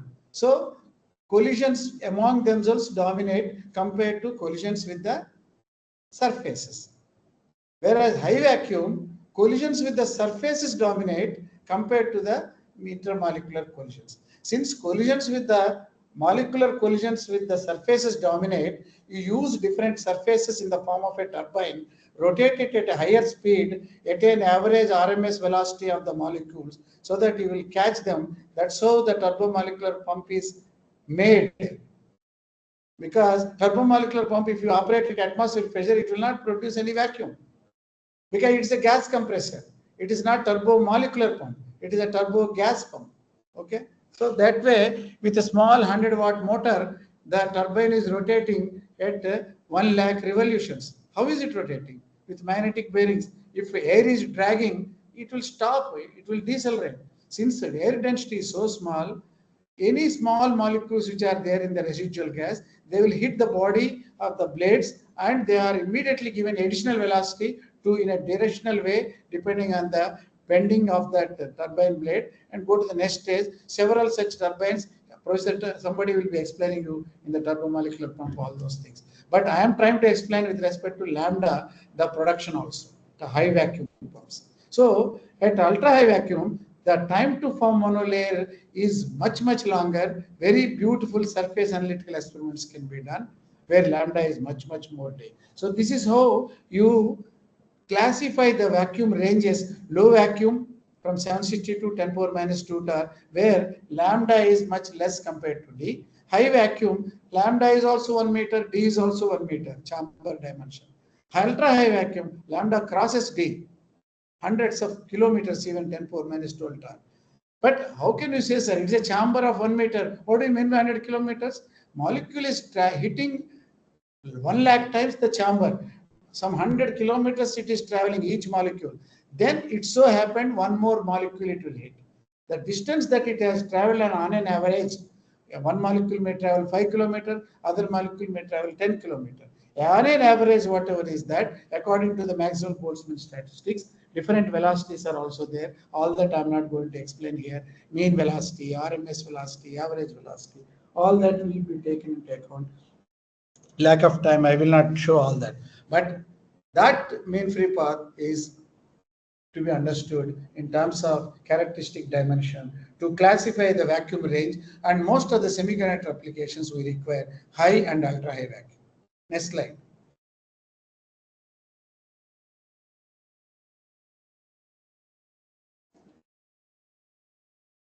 I think I have taken a lot of time already, but these are all technology, mechanical engineering aspects of it. I have shown a process chamber at P1, and if you look at the diagram, on the right side, a vacuum pump. It is not drawn to the scales at all, just a feel of the thing. So molecules, what is evacuation after all? Molecules are going from left to right towards the pump. How that pump is going to work, how are you going to get the measured thing, and if you want to make a closed volume, or you want to put a valve in the left side Q, some more additional gas in sputtering and other chemical vapor deposition, that is up to you. But whatever gases are coming into the chamber are sucked by the vacuum. So what goes out of the chamber is exactly taken by that, then you will get an equilibrium pressure. Okay. So here I want to define two terms. One is called pumping speed, that is with respect to pump. Other is called throughput, that is with respect to chamber. From the chamber, molecules are going. In high pressures, what we do? Mass flow rate. How many grams of gas is going from this side to that side? But in vacuum technology, we cannot do that because the density is so small. 1 meter cube of gas will only be microgram, whereas in higher things it is gram. So it is possible to have a feel of the gram mass flow rate. But in vacuum technology, we cannot have a mass flow rate. Then how do you make any equations which are conserved? Mass is conserved, mass flow rate is conserved, volumetric flow rate is not conserved. Volumetric flow rate for the same mass flow rate depends on the volume. Volumetric flow rate depends on the pressure. You can have a larger volume of gas, but pressure is less, then amount of gas is less. P is not amount, V is not amount, PV is the amount. That's why PV gives you energy, PV gives matter, amount of matter. Okay. If you put one dot, that means time rate of change. Either you read in the PV, either you read P dot V or PV dot. In the pump, various volumes are going on, that is called PV dot. But in the chamber volume is always fixed. As you are evacuating, what is happening? Pressure is falling down. So V dP by dt. So whether it is a P dP by dt or V dP by dt is the amount of gas that has gone out, which is proportional to mass flow rate, but it is not equal to mass flow rate. You have to multiply by the molecular, divided by the molecular weight, and multiply with the R naught, all that. If you do it, then you will get mass flow rate in micrograms per second. So initial scientists, technologists, and all these people, they have made a unit called throughput, which is proportional to mass flow rate. What is mass flow rate? Volumetric flow rate mass multiplied by the density. Mass is volume into density. Mass flow rate is volumetric flow rate into density.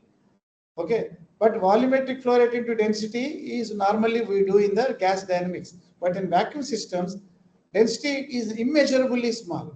So what we do is we multiply with the pressure, because pressure is proportional to density. So something proportional to density, if you multiply, then PV dot is also a conserved quantity. That means whatever flow rate is going here, same mass is going here, same mass is going. But if the pipe dimensions are reduced, velocity will increase. But mass crossing the cross-sectional area of any place, chamber, interconnecting pipe, pump, in various places, mass flow rate is conserved. Mass flow rate, volumetric flow rate is not conserved. Volumetric flow rate depends on the local dimension chambers. So you have to multiply with the density, then you will get local density. Similarly here, local pressure, then you will get a throughput. Why you bother about all these concepts? So that later, if you are having 10 pumps, 10 chambers connected, and you want to predict how much time it will take, that time some conserved quantities are required for calculation. That's why throughput concept is given.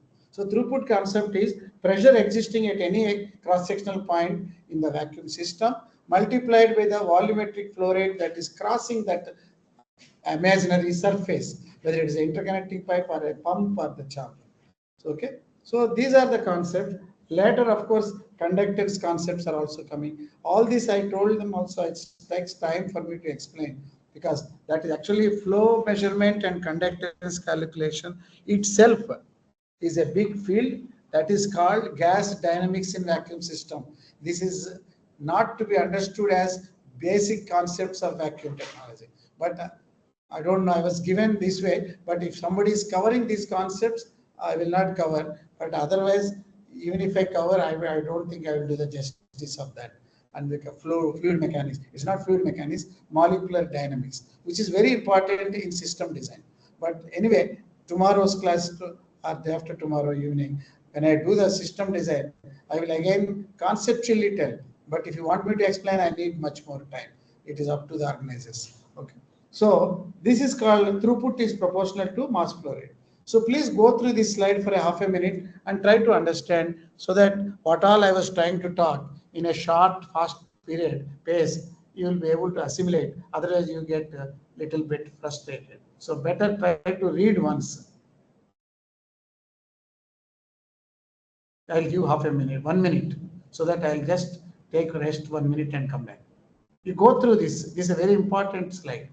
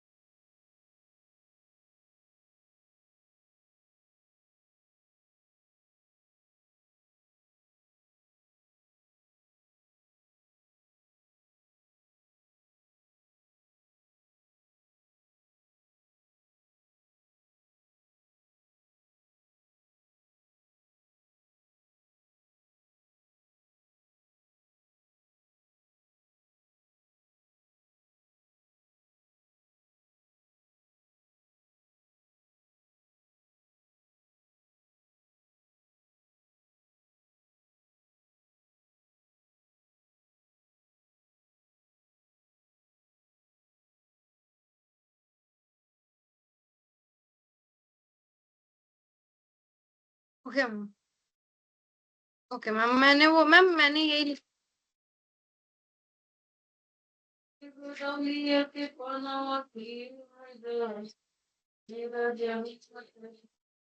Everyone, please mute. Currently busy.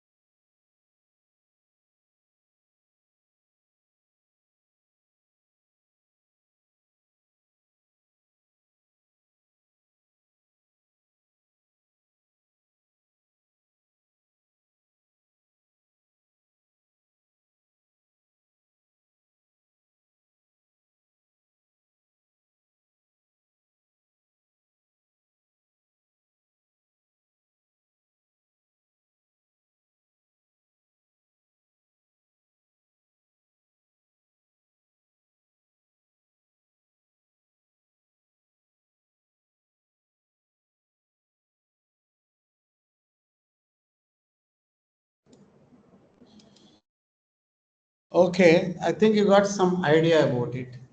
And in between, I have written 4 equations here. One is P into V dot, that is the throughput. But in the actual scenario, we will do P dot into V. Suppose you are putting a volume chamber. V is fixed, chamber volume cannot change. So if it is a pump down calculations, if you want to do, that means you are evacuating, switch on the pump, first minute, 760 torque, 700 torque, and how much time, what time, what pressure comes. If you want to theoretically calculate, you have to use these equations. Okay. Thus Q is, there is another way, pressure is held constant, whatever is coming from the process gases, whether it is helium gas or some other gas into the chamber for semiconductor, that is exactly being pumped also after reactions in a chemical precursors into the chemical vapor deposition or physical vapor deposition. Others will explain that thin film deposition. That pressure is held constant, pump is running. That time it is throughput is actually is the gas flow rate entering into the vacuum chamber, flowing through the interconnecting pipe, going to the vacuum pump. Anywhere you can use these equations and find out the dynamics of the evacuation. Okay, as a function of time, it is called pump down curve. And if you, whatever that is coming Q, if it is evacuated, this P into V dot, that time this V dot is not the volume of your chamber, that V dot is the volumetric changes in the pump, that's called pumping speed. So later, instead of P into V dot, that V dot I will consider it as a pumping speed P into S. So Q is equal to P into S is the fundamental equation where the left hand Q represents the amount of gas and right hand the S represents the vacuum pump speed capacity. If you put the same gas, but if you increase the pumping speed, then a pump equilibrium pressure will be towards the vacuum. Still improve because at that vacuum, whatever is coming, it is sucking. It is reaching an equilibrium. So equilibrium pressure P depends on how much Q is coming and how much V dot flow rate pumping speed is removed. So there are different ways of looking at it. Now with respect to connecting pipe, here again, very important concept. In this slide, we can discuss 5 hours. I'm telling you, this CQ is same as P into V dot. Q is also same as conductance of the pipe that is connected between the chamber and the pump. This side is my pump, this side is my chamber. This is 10 crore rupee chamber with all the semiconductor, load lock, silver, highly shining surfaces. Right side, very costly cryo pump, turbo pumps, crores of rupees. They are connected by a pipe, which is only 40 rupees, 100 rupees or 500 rupees. But this fellow will decide the quality of the vacuum. This fellow will decide the flow rate. This fellow will decide the electrical power requirement for a particular process to occur. This is like producing 100 volts power battery, okay, and small motor, and if you connect directly, motor will rotate. But in between, you have put a wooden plank. This motor is 10 lakh rupees. The battery is also 2 lakh rupees. But if by 10 rupees wooden scale, if you connect, there is no current. So it is the interconnecting pipes conductance, that's called flow conductance, not the electrical conductance, which is nothing but, in electrical conductance, how do you define? Electrical resistance is Ohm's law. That is potential difference delta V divided by the current gives you R. Or reverse, current divided by the voltage gives you conductance. Here in flow also we can do that. What is current in fluid mechanics? It is the flow of molecules. There in the electrical conductors, it is the flow of electrons or charge carriers in the electrolysis. But here the flow of molecules. And what is the voltage drop there? Here pressure drop. So pressure drop is equivalent to voltage, and the mass flow rate is equivalent, throughput is equivalent to current. The ratio is conductance. Okay, so that's why Q is equal to conductance multiplied by the pressure drop P1 minus P2. That is one way of looking at the same throughput. So this conductance plays an important role. We will explain later in the coming next slide. But it is also same as after crossing all the problems, finally it is coming to the pump. At that time, there will be another pressure. That means even though evacuation is going on, chamber will have one vacuum, connecting pipe will have another vacuum. Towards the pump side, there will be another pump vacuum. The pressures will be slightly different. Otherwise, why should there be flow? Flow of the gases will take place, whether it is evacuation of a sealed container or a letting in a fresh air. Anywhere, flow will take place only when there is a pressure drop. Current will take place when there is a voltage drop. If voltages are fixed, 100 volts and another 100 volts are connected across a conductor, no current will flow because voltage drop is not there. So similarly, pressure drop is important.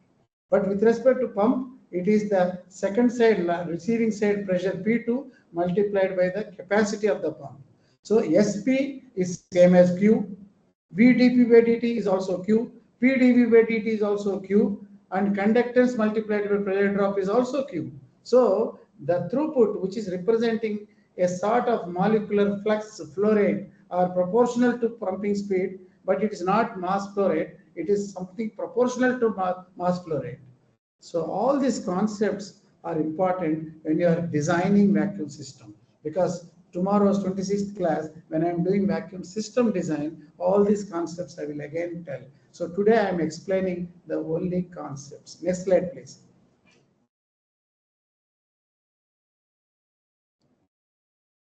So in the bottom, forget about, so just read once. I think the pump used in vacuum is basically evacuating the gas. The rate at which gas is removed, rate at which volumetric rate, that many liters of gas. That liter will contain less molecules if it is 1 tar. If it is 10 power minus 1 tar, only one molecule may be there. But liter is concept is same. Liter contains less molecules, but how many such equivalent liters it has been pumped per unit time at the inlet pressure existing, not at the system pressure. That is called pumping speed. So pumping speed unit is liters per minute or meter cube per hour, one volume unit divided by one time unit. Whereas throughput is not that. It is this pumping speed meter cube per hour is volumetric flow speed multiplied by something proportional to density, that is called pressure. So P into dV by dt is throughput, whereas only dV by dt is pumping speed. So this P into dV by dt is Q. So throughput Q is equivalent to equilibrium pressure P multiplied by volumetric flow rate, which is called pumping speed. So with these things we have made, if you look at the figure in the bottom most, this is a big chamber. So many gases are coming, including the initial gas that is present in the chamber. Because initially everything is at atmospheric pressure. Even the chamber contains, there may be effusion cells, there may be electron beam, there can be so many things inside semiconductor manufacturing chamber. That is connected in the bottom. I have not shown the pump. Pump is connected in the bottom arm. So all the gas loads, that gas loads can be permeation through the wall body. Suppose there is a small hole from outside, air will be leaking. So chamber permeation is one gas load. And there can be a crack. The through crack also outside atmosphere will come to the vacuum chamber because inside pressure is less. It is waiting to go.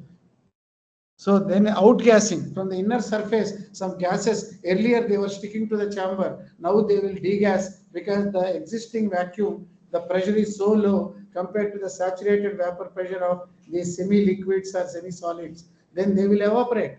That's called boiling point. So originally they are not evaporating. If I keep one water layer or somebody is sweating in the vacuum chamber, that moisture is there. Nothing happens at atmospheric pressure. 10 tar. Once it comes to 800 tar, 600 tar, 400, 10 tar, if it comes, the boiling point of water is 30 degrees, not 100 degrees. Then what will happen? Earlier it was looking like a water film. Now it will evaporate like a vapor. Gas.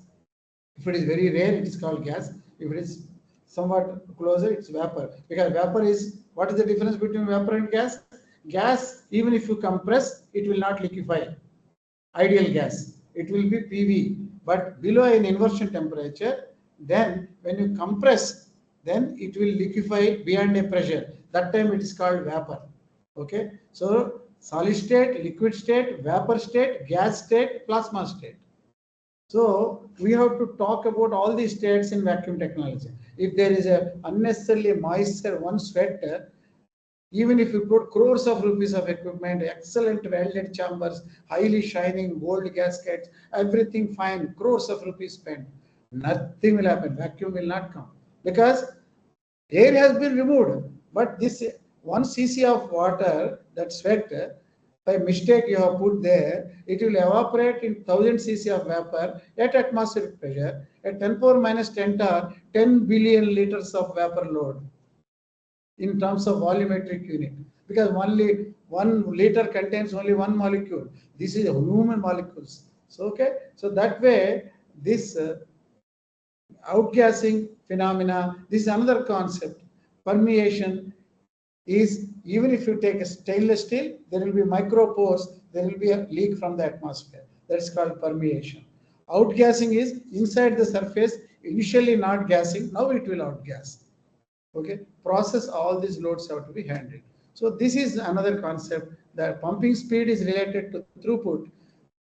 Throughput is equal to pressure existing at that condition in that instant of time multiplied with the pumping speed available by the pump, taking into consideration the flow resistance of the interconnecting pipe.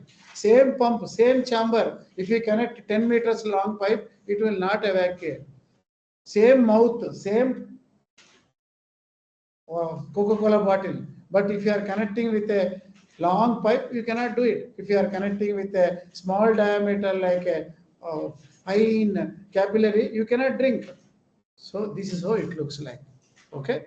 So all these concepts will take some time, and P is equal to Q by S, Q is equal to S into P. And if it is variable volumetric things that are coming, then we have to use P into V dot is Q. Whereas within a constant volume like a bulb evacuation, TV tube evacuation, that time there is no fresh gas. Whatever is the air is to be removed and sealed. X-ray tube, for example, sealed under high vacuum. For that time, V is not changing. That time P will change. V dP by dt. Whether it is V dP by dt or P dP by dt, units are same. So all these concepts have to be understood in the right sense, whether you are doing with a load of gas or whether only evacuating the chamber existing molecules. All that you have to understand with these concepts of pumping speed, throughput, equilibrium pressure, molecular densities, and all these ideas, conductance of the pipe, etc. Next slide, please.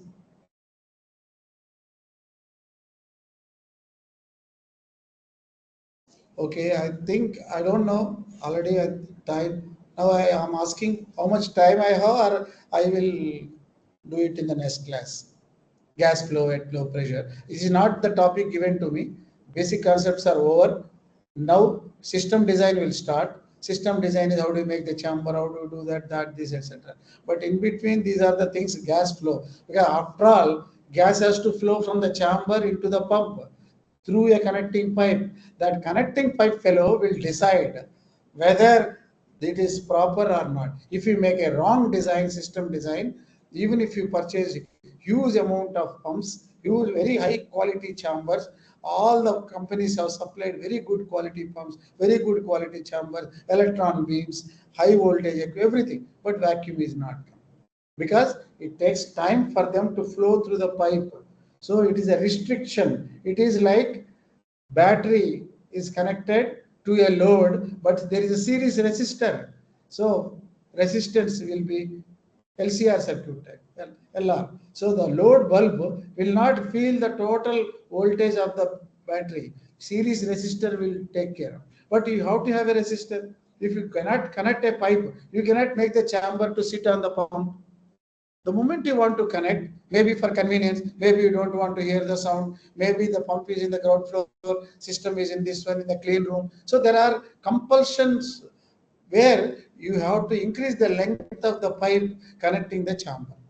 If so, as the pressure is falling down in a chamber, flow rate is changing from turbulent flow rate through the connecting pipe into the laminar flow rate after some pump has been evacuated to 100 torr. Then 10 power minus 2 torr minus 3 torr onwards, it is the molecules have to go through the pipe, then flow through the pipe and caught by the pump. So molecule may come into the pipe, may not come, because molecules are moving. Why should molecule understand that there is a pump connected and the pump the molecules have to be evacuated? It does not know because nobody is pushing it, no force. But in the laminar flow, if you drag gas, this gas is dragging. So drag, when you are pulling, then this gas here will pull the other gas. But in the molecular flow, that molecule does not understand whether it is a pump or not. So on an average, in 360 directions, molecules will be going. It so happens towards the pump direction, there will be few molecules. Only those molecules will be pumped. So it will, we have to keep on waiting. It is not in our hand, molecular flow. So turbomolecular pump, even though it is evacuating the last 1 microgram of gas from 10 power minus 2 torr to minus 10 torr, it is only few micrograms left over. Whereas from atmosphere to minus 2 torr, kilograms of gas has been removed by a 10,000 rupee rotary pump in half an hour. Then from minus 2 torr, because it is rarefied, mass is not much. That is only small amount of gas, micrograms. It will take 10 days by costly pumps. But if you do not, 99.99% of the gas has been removed by the time you come to the 1 torr, because 1000 millibar. P is proportional to density. So density will come down. PV is equal to nRT. R is fixed. Everything is at room temperature. T is fixed. Volume of the chamber is fixed. What is changing? P and PV is equal to nRT. V fixed, T fixed, R fixed. P is proportional to N. So P goes down from 1000 to 1000 times less. N will go down 1000 times.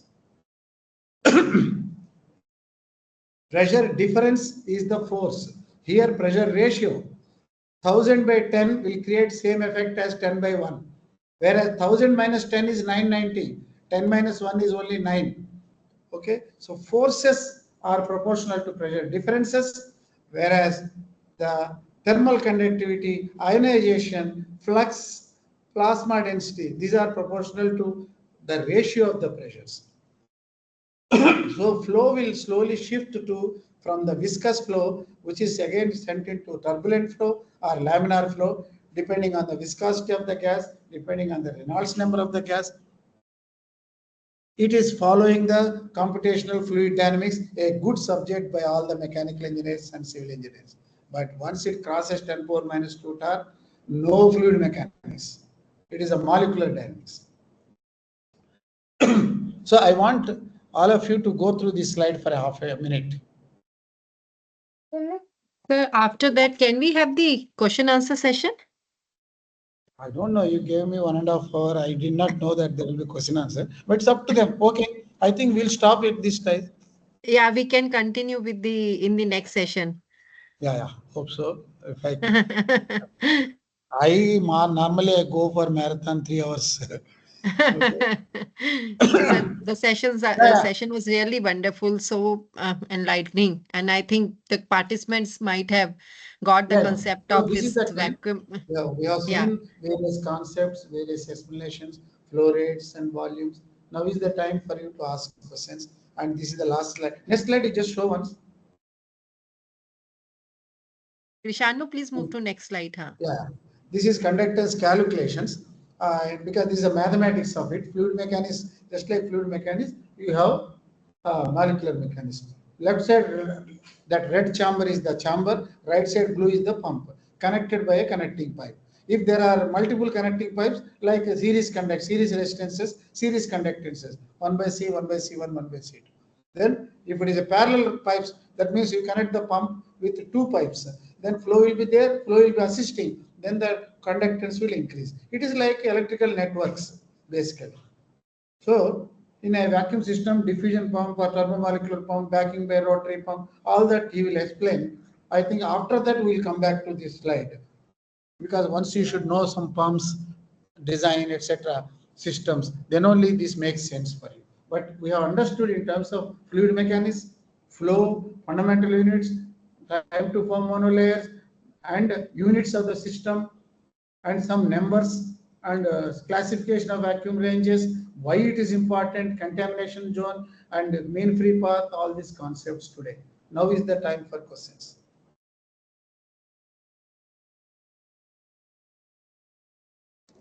Participants can write the questions in the chat box, or they can raise their hands.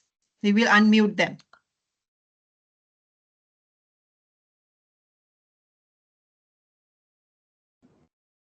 Thank you so much, sir, for sharing your insights with us on vacuum physics and principles. We are now opening the floor for Q&A sessions. All those who have questions can either raise their hands using the hand icon and the coordinators will unmute you, or you can just simply type your questions in the chat box and your questions will be answered.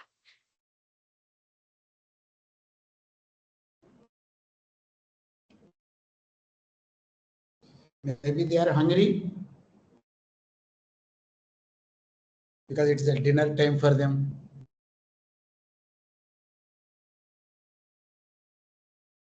Ishika, you can unmute the participants who have raised the hands. So Mr. Surendra Kumar can now ask the question, please.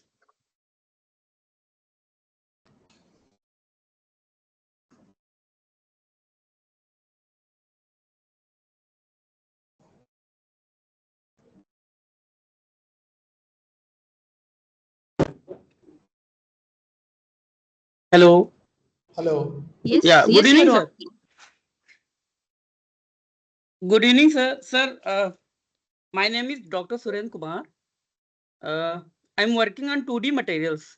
So I want to know about how vacuum systems are different for 2D materials as compared to this conventional semiconductors.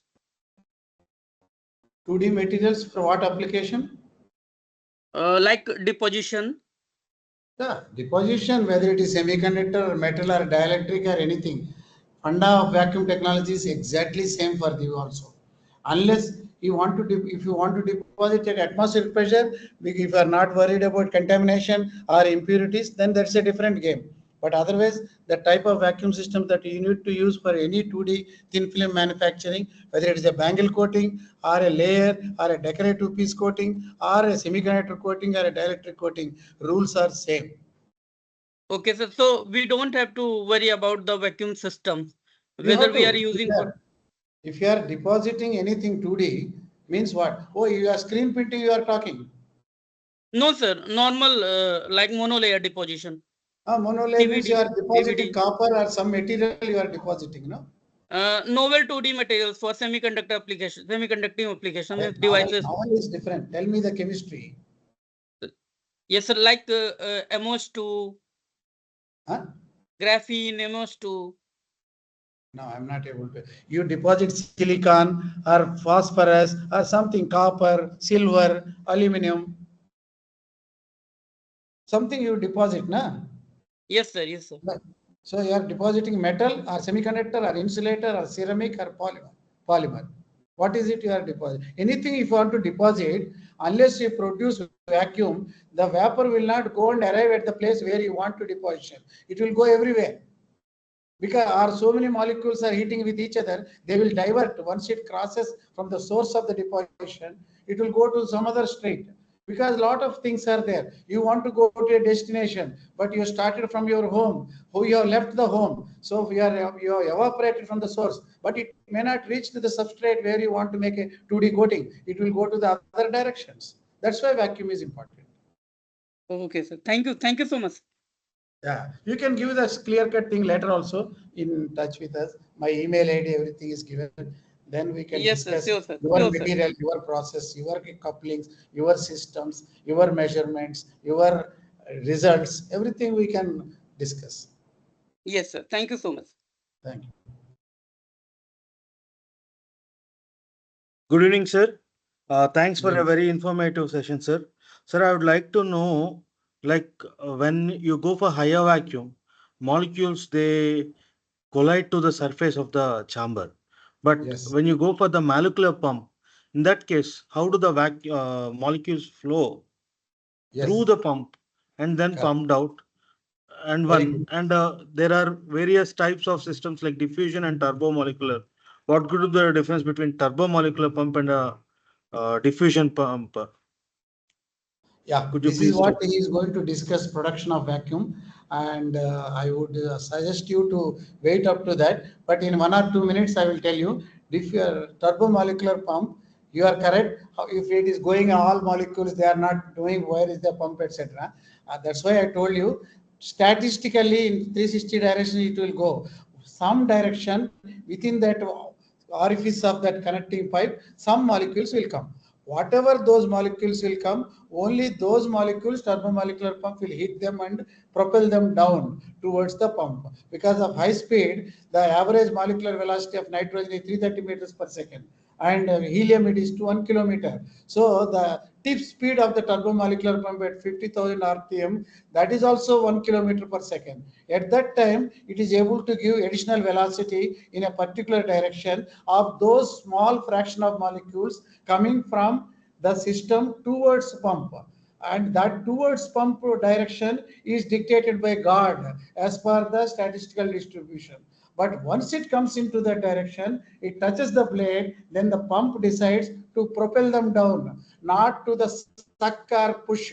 It is the propelling. Molecular flow pumps are always working as a turbomolecular pumps by molecular collisional frequency. It has nothing to do with the drag concept. It has nothing to do with gas. Gas word has to be forgotten. Gas molecules are flowing from left to right. From right to left also molecules are flowing. But right pressure is less. So if out of 1 lakh molecules from the system, if 100 molecules will go from the high vacuum side, the system which is relatively poor, the pump side, out of 90,000, only 90 molecules will come. So net 10 molecules have gone from left to right. So left to right, right to left also molecules, fluxes will be there. These sort of things are there in cryo pump, diffusion pump, everywhere. Now, the second question is diffusion pump or turbomolecular pump. Both are molecular pumps. Unless it comes to me, I cannot take. Unless you come to this class, you cannot listen to me. So I am like that. Whereas viscous drag pumps are not like that. If I drag this molecule, that molecule will drag the other molecule. That is called viscous flow. But molecular flow, only I have to pass statistical function. Statistically, some molecules will come towards the pump. Those molecules I will pump. In the diffusion pump, there is a stream of vapor molecules created by a high-ended pump, and their molecular thing like a striker, and that's a molecular weight is more compared to the 28 or 32. This is a hydrocarbon molecule. When they go and bring like a jet of things, they will make them propel them down, because these heavier molecule strikers will hit them down, and they will not go back because there is a dam of oil vapor lying. Whereas in turbomolecular pump, the high speed of it, the Y component, some component of it towards the backing pump side, that additional component will be added, that velocity component of that, to the molecules. So both are basically hitting them. After hitting, they will go to the next stage finally in the turbomolecular pump. Here also it will go to the next stage, different stages. Here it is the liquid molecules which are coming at supersonic velocity. They will act like strikers to pump them down. But reverse direction also some of them may go. Reverse flux is less compared to the forward flux, because when I am going up, somebody is hitting me. When I am coming down, somebody is hitting towards the same direction. So flux is more. That way, so Funda concept is same, but the pumping action is, that is liquid molecules hitting the gas molecules towards the backing pump in the diffusion pump, whereas high-speed turbine whose tip velocity is same as the free molecular velocity of the molecules which are likely to enter into the pump. This is the concept. In both the concepts, there is a propulsion from the chamber side to the pump side, backing pump side. That in between pump is called high vacuum pump, whether it is diffusion or a turbo pump. Thank you, sir. But still, I have one more doubt. Kindly explain. Okay. So it takes time. And you have to go through the pumps first anyway. There will be a section first. After the pumps, we will come back to it. Keep the question, ask the same question again. Thank you, sir. Go through the pumps. There are series of lectures. It's a 6-day program. Don't do me in a hurry. If you want, they can extend to 7th day also. After all, 1 week will make you strong. Weak is not weak.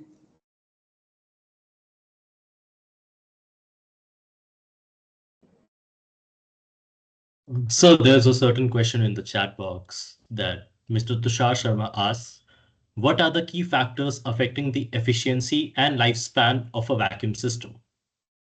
Vacuum system means chamber and pump and the connecting pipe and the flanges, bolts, nuts, and lubricating oils and operating oils, fluids, varieties of operations like electron beams, neutron beams. So system life depends on the application.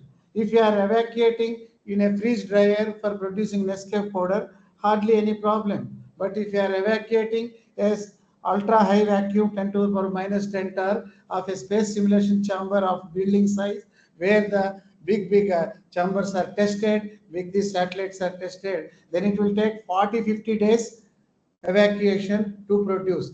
1000 millibar to 100 millibar, it will take 10 minutes. 10 millibar to 1 millibar, it will take 100 minutes.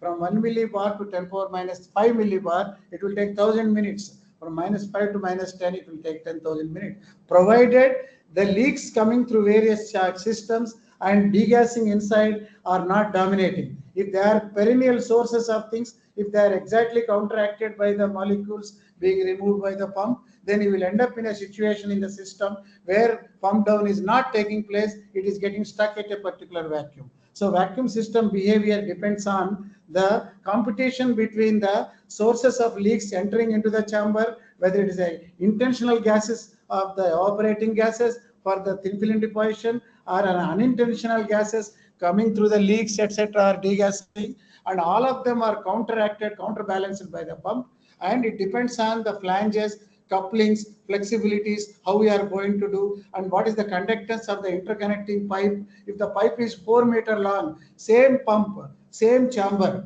instead of connecting with 1 meter connecting pipe, we made a 2 meter connecting pipe. Pumping capacity is same, pumping chamber volumes, pumping style, leak rate, everything same, but it will take 10 times more time, because interconnecting pipe is different. Same 100 volts battery, same 10 watt bulb, but you have connected it with a, instead of a copper wire, you have connected it with a Teflon wire. So system behaves like that. I hope it's clear. More and more will follow as you go through the things. So there's another question from Jyoti. Why is turbomolecular pump is usually connected directly or perpendicularly to a deposition chamber?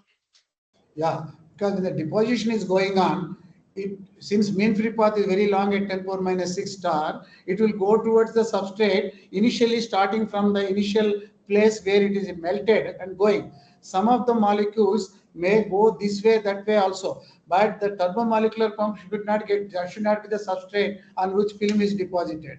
Let it get deposited everywhere. Otherwise, the turbomolecular pump turbine masses will change. If there is an imbalance of those turbines after a period of 1 year, 2 years, if there is additional mass in one of the turbine blades and not there in the other side, then the turbine will wobble, and that will create, and it will become a grinder instead of a pump. So we are not these are all in the company made with perfect balancing under our laser beam interferometry. So this is not directly exposed to lots of uncondensable vapors or any other vapors, which are actually process vapors maybe, but we do not know at what pressure they are coming. So directly, if you are exposing like a substrate, just like substrate is receiving gases, this will also receive gases. So it might get additional depositions, which might be bad for a chemical contamination point of view, or which might be bad from the balancing point of view. To safeguard these things, we try to make it little away from the thing with elbows, etc.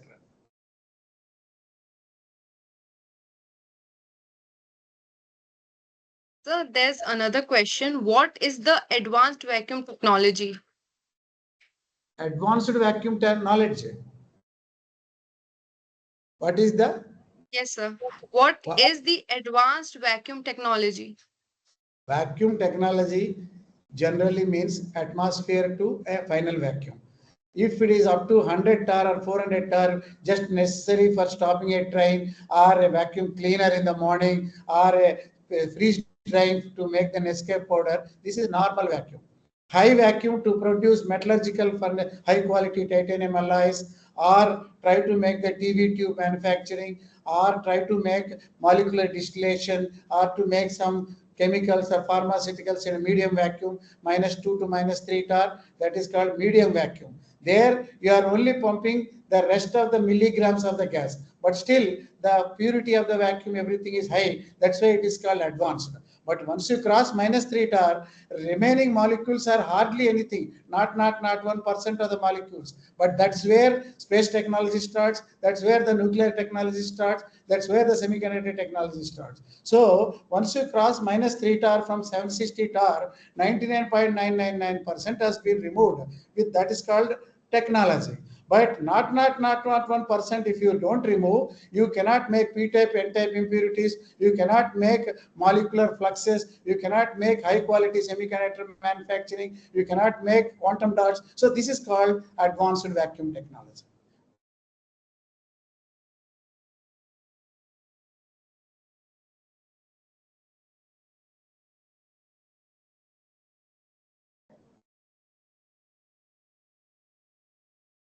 Okay. Hello. Yeah, sir. There is one more hand raise. Okay. Yeah, Ishika, you can give the access. Ma'am, the access is given. You can announce. Hemlata, is there still a question?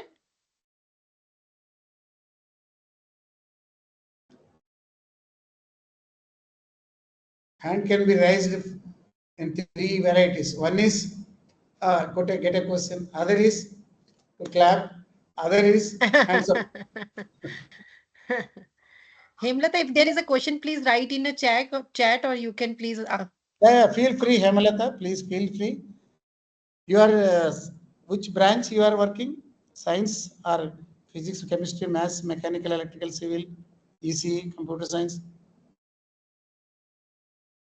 Then I can answer according to you. Because the way electronics people look at it, the way physics people look at it, and the way chemistry people look at it is totally different. Yeah, very true. Vacuum will be the contamination or reaction, etc. For physics people, mean free path, this, that, etc. And for the engineering electronics people, it is the circuit development, VLSI technology. For the electrical people, discharge mechanisms, interrupters, etc. Okay. For the aeronautics people, deep space mission programs, how the thrust is required to push under ultra high vacuum, how these astronauts are moving with zero gravity and without any gas also in the way they look at it will be different.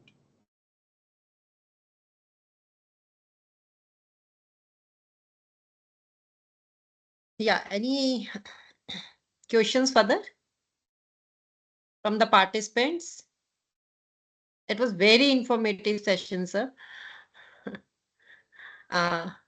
Any questions, please write in the chat or you can raise the hand.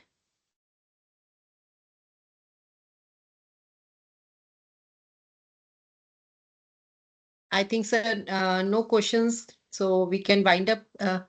Can we, sir? Yeah, sure. Yeah. Ishita, you can take it forward, please. Thank you all for joining us today. Please make sure that you have filled the feedback form shared in the chat box. We hope to see you tomorrow for further sessions on vacuum pump technology by Professor JP Singh and vacuum deposition technique by Dr. C. Ramachandra. Thank you all. Dear participants, tomorrow we will be starting at 6 p.m. The topic will be vacuum pump technologies. This will be, the expert will be Professor JP Singh he's the head of nanoscale research facility at IIT Delhi.